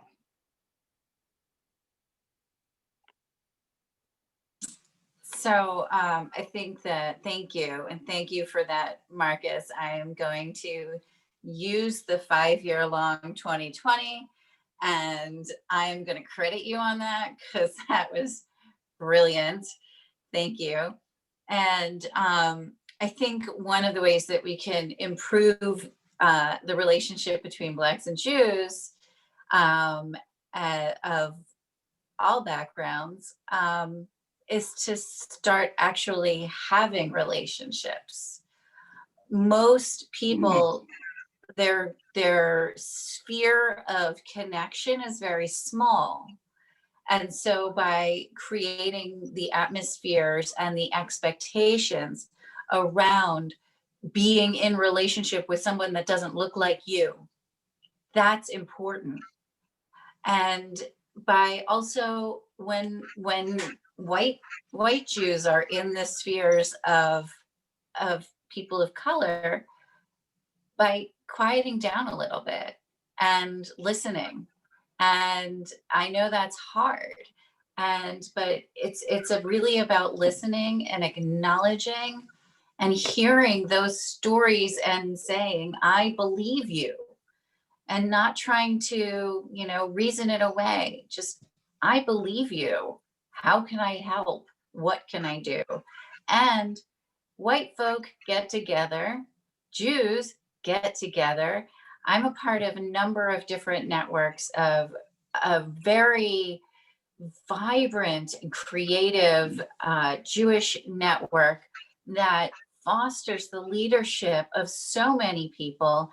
And 10 years ago, it was harder. 5 years ago, it's getting better, but fostering the leadership of Jews of color in our community to ensure that they are having a voice in our community to understand and develop relationships and be a connection between multiple communities. Because what we have lost as a result of discounting the voices of people of color is so great. What we have missed out on as white folk by discounting those voices and those people is just so great. And it is truly a loss to our wider community. And just really, making that extra effort, we got to start creating those conversations and doing it in a way, knowing that we're all going to mess up. We're all going to mess up, and we just got to keep on doing it and apologize. And honestly, just humility, walk forward with some humility. And those are my, and acknowledge the challenges and the differences, and that they make us richer. Gonna go to Chad with that same question. How do you think that we can improve the dialogue between Blacks and Jews? Yeah, great question. I just wanted to have a quick checking in period to say thank you for everyone that is still hanging in with us. We had this build from 5 o'clock to 6:30, but it's really a great dialogue. Great question, Tamika. I'd be remiss though if I didn't back up and simply say, Marcus and I are workout buddies before the pandemic at the Bellevue Sporting Club. So I appreciate you, being rated PG with the question that Tamika talked about with you traveling through Israel. And Rabbi Bowen, he knows my mother. So I'm going to say my experience was somewhat different. The social life in Tel Aviv had me on the Mediterranean beach, walking around like I was like, Dwayne Rock Johnson. So, I spent some time in Tel Aviv. So for me, it was the nightlife. And then when I got back to Jerusalem, I was in the Garden of Gethsemane and the Church of the Holy Sepulchre asking God for forgiveness. He ain't through with me yet. So I just want to say my experiences, and I've been to the region several times, once with Operation Understanding, certainly, and then 4 times subsequent to that. So for me, it was the old city. It was, I have a picture right here where I'm at the Welling Wall, but it also was, the nightlife. I can tell you what we've done, Tamika. When I first got to PHRC, I recognized that there was a need to move the commission beyond just processing cases. The challenge is oftentimes people don't get that vision. They say, well, we have an EEOC contract, we have a HUD contract, and we're processors. Well, I had already known folk like Bart Blastine in Philadelphia, multiple other people before I met David and I met Asaf, who were saying, hey, Chad, I know that you have this fervor, you have this love affair for bringing groups together, establish some sort of program and I'll fund it. And I would always say, and you were part of those conversations, Tamika, that any philanthropist can come and say, here's $1 million, here's $2 million, do some work around prevention and intervention of anti-Semitism. I would always say to Tamika and others, and it wasn't Socratic, what would we do? your HUD contract and your EEOC contract would go out the door. This would be the work of the moment. I said this to the panelists and to the viewing audience, not even foreshadowing or foreseeing that we were going to have a tree of life, knowing that anti-Semitism goes unacknowledged and unchecked every single day. So if we're sitting in a classroom and we're sitting next to a colleague in high school or college, and because their last name is not Rosenberg, Kaplan, Berkowitz, Smith, Stein, Lippman, we oftentimes don't check them on anti-Semitic language or anti-Semitic jokes. So the first thing I decided to do was try to figure out how we could work as an agency on college campuses around something called Black Jewish race dialogue. As I'm formatting this, as I'm putting, conceptual framework, critical analysis, and everything into writing, we had an incident with the Mark Lamont Hill, who is one of my best friends, made a comment with regards to, what he did, what he said, and that led me to you and I, Tamika, working on, let's reach out to Temple University. Let's reach out to the president of Temple University to see how we can help the students there. And that's when I met the beautiful brother Asaf. And Asaf, if you remember, you and I, we brought those students together in the Hillel house. We hadn't known each other. I'm Black, you're Jewish, but what we saw was one another's humanity. And you gave a high-level scholarly dissertation, but it was also pragmatic. It was also practical. You could hear it if you were a layman. You can hear it if you were a scholar. And I gave my part, and then you and I decided that we wanted to do something directly after that. And then you brought me into a conversation and into a brotherhood with David Edelman, who's in the waiting room. And David had this notion that he wanted to create the alliance to bring Blacks and Jews together, not to recreate something, but to have frank conversations where you are dealing with a critique of Israel, and it doesn't mean that you're anti-Semitic. A critique of African Americans, and it doesn't mean that you're anti-Black. And so Asaf and David and I began to have a series of meetings. That's the dialogue part. And then from the dialogue part, we said, well, listen, there's a lot of anti-Semitism in the state of Pennsylvania. Why don't we use the Pennsylvania Human Relations Commission to launch a public hearing where people can come in and talk to the commissioners, talk to the staff about what's occurring. And then we decided that we were going to do that, and coronavirus had hit. But then in addition to that, it was Rabbi Glaser and I meeting in the Philadelphia regional office where we were going back and forth around concepts and ideals and how could we recreate Operation Understanding. And so that's where I start from. I start from the genesis of having a pregnant moment and wanting to give birth to a new reality. And so from that point on, when we talk about how do we improve the dialogue between Blacks and Jews, we have to come to the context authentic, fluid, organic, bring our personal selves, bring our primary, secondary experiences, and recognize that it's okay to be uncomfortable. When King in his seminal work, or one of his seminal works, talk about where do we go from here, chaos or community, I'm okay with being uncomfortable. I'm okay with people disagreeing. What I'm not comfortable with is whenever there's a critique, what we tend to do is we borrow from that built-in context of, you know what, that was kind of anti-Semitic.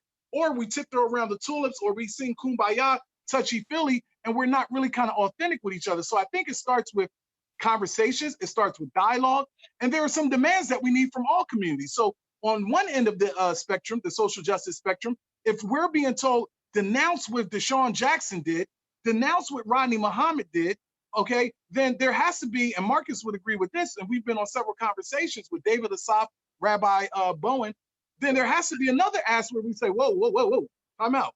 When it comes to the anthology of police brutality, when it comes to white violence, when it comes to white racism, when whiteness allows the mob to get off, but those who get mobbed lose their life. But in the case of Jacob Blake, he lived to tell the story, but his life will never be the same. We need our Jewish colleagues of influence, or just Jewish colleagues in general, to simply say Black Lives Matter, or we stand against the anthology of white supremacy, white violence, and white racism. And so I think that's one of the things, frank, earnest conversations. And then I would also add that we have to have study groups. So when we're looking at the African-American community and the Jewish community, our history does not start with slavery. John Hope Franklin's seminal work, From Slavery to Freedom, talks about the Mali dynasty, the Gunghai dynasty, the Ghana dynasty, and the Songhai dynasty. So we start from a strengths-based perspective, We talk about Imhotep. We talk about the great sinners of Timbuktu. We work on what Naeem Akbar said, the greatest form of knowledge is to know thyself. And then he comes back and says, break the psychological chains of slavery. Then we talk about 1619. But I never start from a 1619 slavery. I start from the standpoint of who we are with, I look at the Black presence in the Bible, volume 1 and 2. I look at all of that in a historical sense, spiritual sense, a religiosity sense, and then I bring it into, you know, the slavery, the Jim Crow, the Reconstruction, the Jim Crow, mass incarceration, the new Jim Crow. But we as African Americans or displaced Africans in America, we need to talk about hegemony. We need to talk about modernity, but we also need to fundamentally talk about never again for us. That phrase does not belong to a particular group. We've had the Jewish Holocaust, the African Holocaust, and we had the Native American Indigenous Holocaust. And so I think in concept, if I was able to, you know, conceptualize all of this, it's the dialogue, it's the education, it's bringing yourself to the context in an organic and fluid way. Thank you, Chad. And before we lose Allison, she's going to have to get off to go on to another discussion. I just want to ask her any of her final thoughts. What do you think that we can do? What are your final thoughts for this discussion, Allison, about how we can come together better as a group? I am so grateful to everyone on this call. I've learned so much, and thank you, Tamika, for your fantastic facilitation, and Chad for bringing us all together. I think we just need to keep on continuing these conversations and then getting out, doing together, walking together, and being together, taking action and agreeing together to continue to stay in the conversation, regardless of how difficult it becomes. And to, just as Chad say, endure the discomfort, and but also celebrate together too. I think one of the most important things is to share meals. And that is a huge, tremendous peacemaking experience. And it's so simple, but I think we can do it, and we should do it a whole lot more as quickly as possible, as soon as this COVID experience is over and we're not in these little stupid boxes, and where we can give each other a hug and greet each other. And I'm just so grateful, but it is, yes, having these conversations and taking action. So I have to go teach a class. Thank you all so much. I really appreciate it. And I appreciate being invited to participate. Thank you, Allison. As we're getting ready to conclude this evening, Marcus is also going to have to leave us. So I'm going to ask you, Marcus, to leave us with your final thoughts about how we as a group can improve our relations intra-group between the Black and the Jewish community. And then I'll come around to each of our panelists, and then I'll open up the floor for those of our participants who are waiting, if they have any questions that we can address, for those who are able to stick around. So Marcus. Yeah, first of all, thank you and Chad for facilitating such an amazing and needed conversation. I think the way that we can improve it is what we're doing here tonight. This is a Tuesday night at 7:00 with some really, looks like some important and influential people who've taken out time to have this conversation, this courageous conversation, to put themselves out there. And to Batia and Asaf and Allison and Dr. Bowen, my hat's off to all of you for just being vulnerable and sharing yourself with us, opening up and putting it all out there. The last thing I'll say, Tamika, is I am always humbled to have a conversation about the Jewish-Black relationship, coalition, partnership, collaboration, whatever you want to call it. And I always feel inadequate to have the conversation. There's not, it's not, and I talk all the time about a range of topics, but I got to tell you, this is one of the most uncomfortable topics to talk about. Because you're talking about two groups that are so sensitive You know, black folks, we sensitive about everything. Let me tell you something. You can't say nothing about my black folks. I'm telling you now, it's gonna be a problem. And Jewish people, I think you guys got us you neck and neck, right? But when you think about it, has to be that way, because the moment we take a step back and relax, we got another Hitler on our hands, or we got another, slavery situation. If it's not slavery, it's mass incarceration, right? And so we have to be on the ready all the time. And I don't care whose nerves it gets on. Those of us who understand this understand that if we are not if we're not the vanguards, we're not at the centennials at the gate when this stuff is happening, then we will all be the ones behind the gate when it's all said and done. And so, my thing, Tamika, is that we have to keep doing this, and we also got to have the action behind it, right? We got to hold our politicians accountable. We got to make sure we're at the polls and voting, not just November 3rd, but we're voting during the off presidential year, that we're looking at judges, we're looking at people's stances on a range of issues, because that's what's going to move the dial in this country.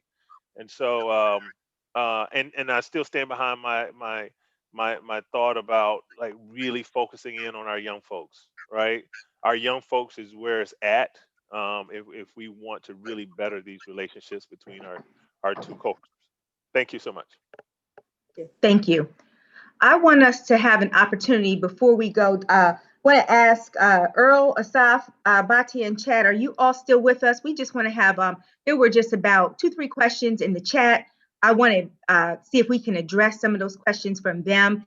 And then I'm going to have each of you give a 30-second closing statement or wrap-up comment as we allowed for both Marcus and Allison, just to give your final thoughts. So can we just go to the quick questions? There was a question from Jared Jackson. Jared Jackson, ask a question. Jared, if you can just type your question into the chat real quickly. The chat moves so much, and so your question has gone now, Jared. So it's not coming directly in front of me. Would you rather me ask it? Go ahead. Thank you. Very briefly, and we'll allow them to answer. I just want to know to what extent were there, I work in the Jewish community. I work as a diversity, equity, inclusion, and consultant. I'm also a Black Jewish person. And I'm wondering if there were like non-Hebrew Israelites who were reached out to for this conversation. I understand that like Earl is a Hebrew Israelite rabbi, and I respect him and his community. And there's distinctions between the two. So I'm just wondering, moving forward, are there talks about getting in actual like Black Jews who are inside the Jewish community who are part of Judaism? Yeah, this is the first this is the first one. So yes, we're moving to the second one and the third one, and that will be given some consideration. Great question, though. Can I respond to that? Yeah, please do, Doc. Yeah, I don't consider myself a Hebrew Israelite rabbi, so I think that's erroneous or misperception. So that's number one. Now there are groups that are characterized as Hebrew Israelites, and you can actually, I know many of you can read about them online, but that's not really the way I would characterize myself. So I just wanted to clarify that, because I think based on that question, the assumption is somehow, I'm a Hebrew Israelite rabbi, and that's incorrect.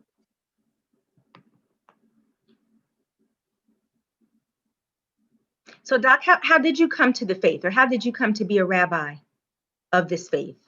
I came through our community. Our community was started in 1951 in Philadelphia. It's called Congregation Temple Bethel. And so over the course of almost 70 years, we've developed our own academy, an Israelite academy. And so I didn't go to a yeshiva, but we have our own academy, and that we ordain rabbis through our community. And then there's also a group called the Board of Rabbis, which is a group of primarily African American rabbis. But I think the thing that I wanted to say about that is that the first African American synagogue was started in 1919. So the history of African American Jews in the United States, is over 100 years. But over the years, when you look at the evolution of Judaism, Black people were not welcome into yeshivas. So what Black people did is that we did what we've always done, which is why we have historically Black colleges and universities. We started our own schools because most of them, when you look at the self-help initiatives that came out of the Black community, particularly in the 18th century, what you'll find out is that Black people had, they started their own institutions because they had no choice. And so what happened in our community is a continuation of that tradition, which is very close to historically Black colleges. It's actually the same concept, but I'm not sure if that's readily known or understood by others.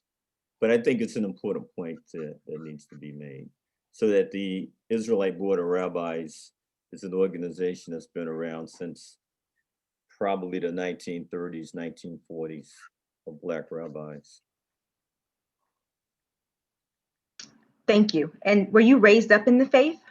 No, I was raised up as, my parents were Baptists. So what happened, which without getting too far involved in it, is that,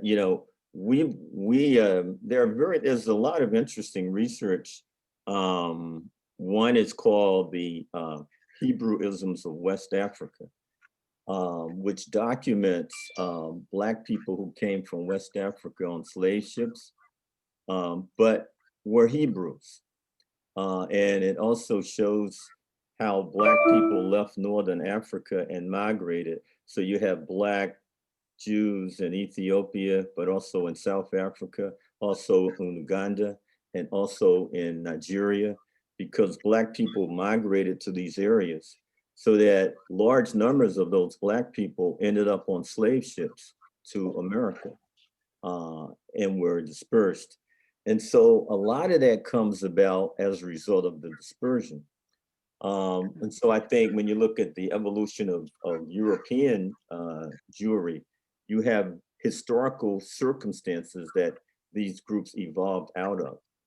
And so I think a lot of it is understanding and having a keen appreciation for the unique history of Black Jews and how that situation, as we were talking earlier about those great civilizations of West Africa, but there's also a great civilization of Black Hebrews who came out of Africa.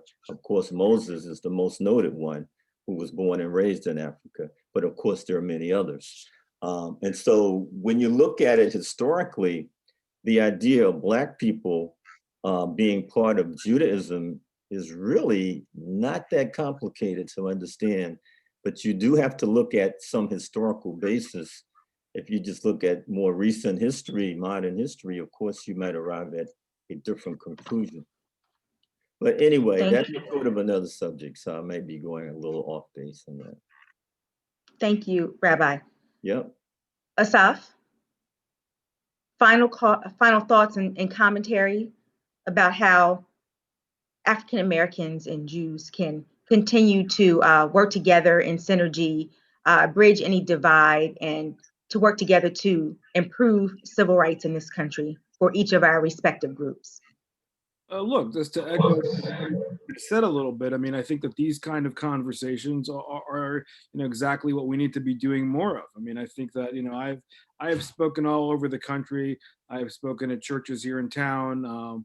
I remember a conversation, a talk that I gave at Alabama State University a few years ago for APAC. And I was, and just the idea of, sharing the history, it was, I think that, what you find today, and I know that Marcus, before he left, mentioned some of this, conversations are not being found. I mean, I teach and I write about these topics. Universities today are, within the environment of cancel culture, are not affording any kind of conversation. If you don't like the conversation, it's being shut down. And these are difficult conversations. I think it's an anathema to the entire institution of what a university should be like. And I think that, there is a closing of, a lot of the American mind and a lot of, where we're getting our information from, and topics as they relate to race and religion and other topics are being boxed, the Arab-Israeli conflict, into boxes, which are being, shut down. And this is what needs to happen in order to open up these boxes, open up the conversation. And this all feeds into the apathy and lack of education. And unless we're going to have those conversations, unless we're going to be able to agree to disagree, to teach these topics, and to actually have debates, then the younger generation is not going to know what the history is. And I think that, this is part of the challenge that we have. In the same way that, you cannot teach history, for example, today in Germany without going to the locations of where everything is at, from Checkpoint Charlie to concentration camps in Europe and other places. You can see, you can hear, but that's part of learning what history and politics are all about.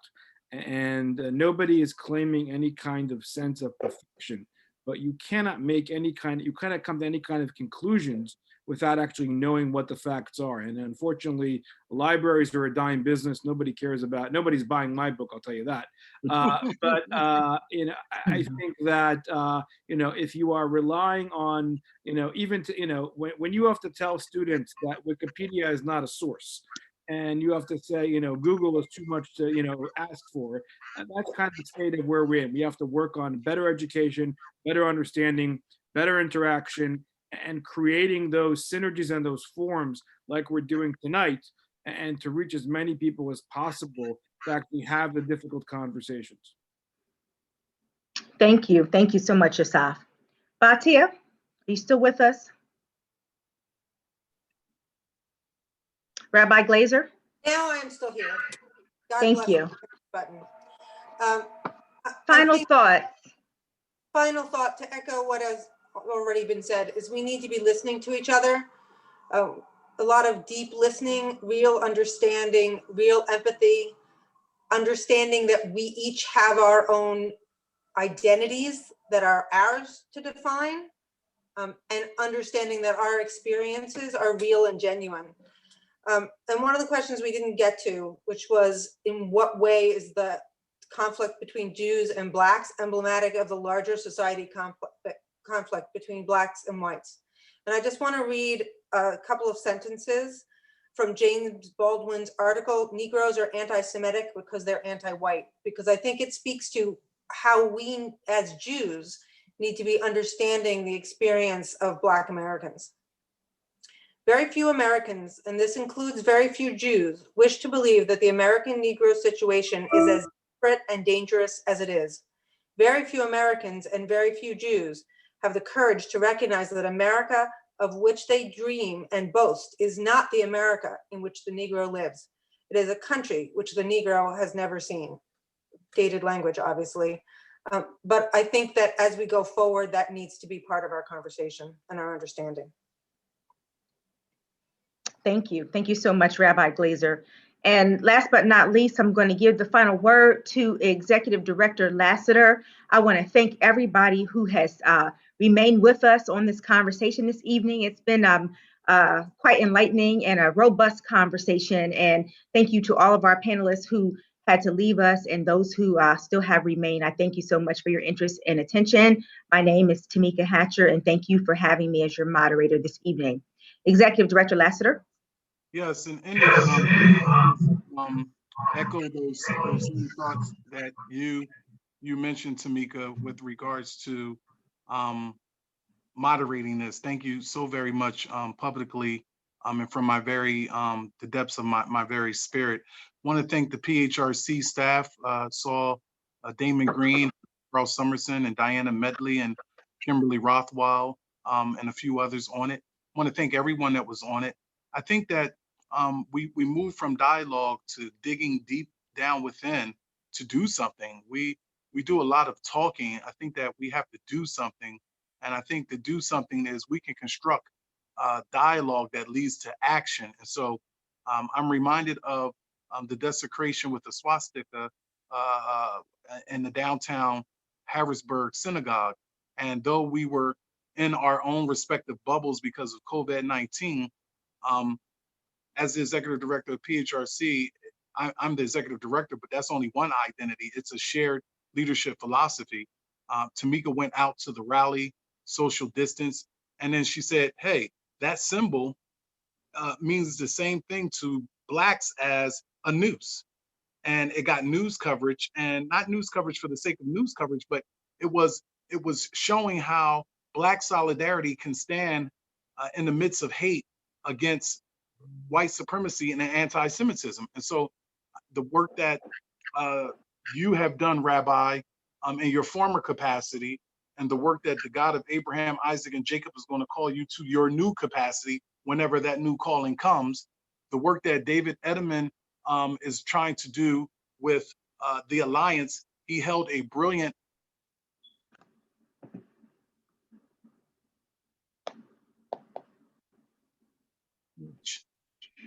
with a panel with Asaf and myself, and the brotherhood and bonding that we're building. David has a new grandchild. Asaf has twins. I have no children, but I'm getting ready to get a puppy.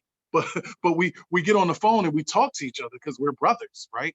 And so I think, Tamika, it's certainly the dialogue, but I certainly think that is constructing programs that look at the racial contract, look at the false, the social contract, the false, notion of race and how it was geographically derived. I think that for us as an agency at PHRC, when we come out of COVID, we will convene public hearings so that we can listen intently to the anti-Semitism that sweeps throughout the Commonwealth and is permeated into not just the psyche, but the policies of our democracy. I think the last thing I'll add is that initiative around race dialogue between Black and Jewish students that we're going to launch at University of Pennsylvania, Drexel University, St. Joe's University, Haverford, and Swarthmore is going to serve as a catalyst to what can occur when you put racial elephants in the room via the means of racial literacy. And unpackaging that just means we know that there are elements of anti-Semitism, white supremacy, and I think it was Asaf or someone who had mentioned earlier that anti-Semitism is racism. And so the tree is white supremacy, and the branches become xenophobia, homophobia, anti-Semitism, effective prejudice, forms of discrimination, police brutality, environmental racism, economic injustice, educational apartheid. But to the core, we need to start framing it as such. It's white supremacy. Yes, it's anti-Semitism, but it's white supremacy. So I'm excited. Our brother in ending, David and Asaf, are always saying, along with Rabbi Earl Bowen, okay, you did this, now what? So we had this first part, so it was good. Everyone who is still left on, this Zoom, I'm looking at the numbers now, it's still 12 people. Commit yourself to reading about the history of Black-Jewish relations. Commit yourself to, getting a film on Black-Jewish relations. You can start with something as elementary as Cornel West's Race Matters, which is really a great book that talks about the Black-Jewish, relations. I leave you with How to Fight Anti-Semitism, by Barra Weiss, How to Fight Anti-Semitism. Google Asaf so that you can get his book. And you can notice that you were amongst, a scholar, not just in the United States, but in the world. And so on a Zoom with you on a Tuesday at 7:15. So, may God continue to bless our efforts as human beings, whether we're people of faith or non-faith, whether we believe in a God or not. Rabbi Bowen, thank you for your brotherhood, your friendship. Asaf, thank you for your brotherhood, friendship. And Rabbi, you already know what's up with you and I. You know, I ride with you. You know, we're going to do some more work in this space. And so, once again, just the first part. I respect the question that Jared asked. This is the first part. We're building this, and it's not going to be something that we're just going to do because of the environment of anti-Semitism. We're doing this because we're called to do this, and it's important work. So thanks again, Tamika, and thank you, everyone else. Thank you, Chad. Thank you. Thank you all, and good night. Derek? I just want to say this was such an impressive, wonderful, uplifting, challenging conversation. I am so thankful that you started it. I look forward to more. Thank you for opening my heart more, my eyes more. We'll get there. You know, I'm old, but we still have time. So thank you, thank you, thank you. Thank you for the kind sentiments, Jackie. They're heartfelt, and I can't wait to get off the Zoom to actually shed tears of joy, because these are two remarkable people. You know, all God's people and just people in general are remarkable, but these two groups, there's something special. There shouldn't be a hierarchy among the God of Abraham, Isaac, and Jacob. I won't try to, with my finite mind, trying to comprehend an infinite God, but there is something innovative, something unique, something magical about the culture of Judaism and the culture of the Black tradition, whether it's Curtis Mayfield or whether it's, comedians on the side of the Jewish, side of the color line, and then theorists and intellects and just brilliance between these two groups. And so you're absolutely right. Our goal is to, at some point, when we die, because we all have a date with destiny, we're all going to say goodbye, is that we can leave these two groups better than they were when we inherited, and then ultimately show the world that, hey, look what happens when these two come together. You all can do it. Native American, Indigenous, you can do it with whatever conflict you have with this. And so, I honor you in this space, and thank you so much, Jackie, for your comment. Thank you. Thank you again. Yes. Thank All you. right. Have a good evening, everyone. That was very nice, honey. It's the only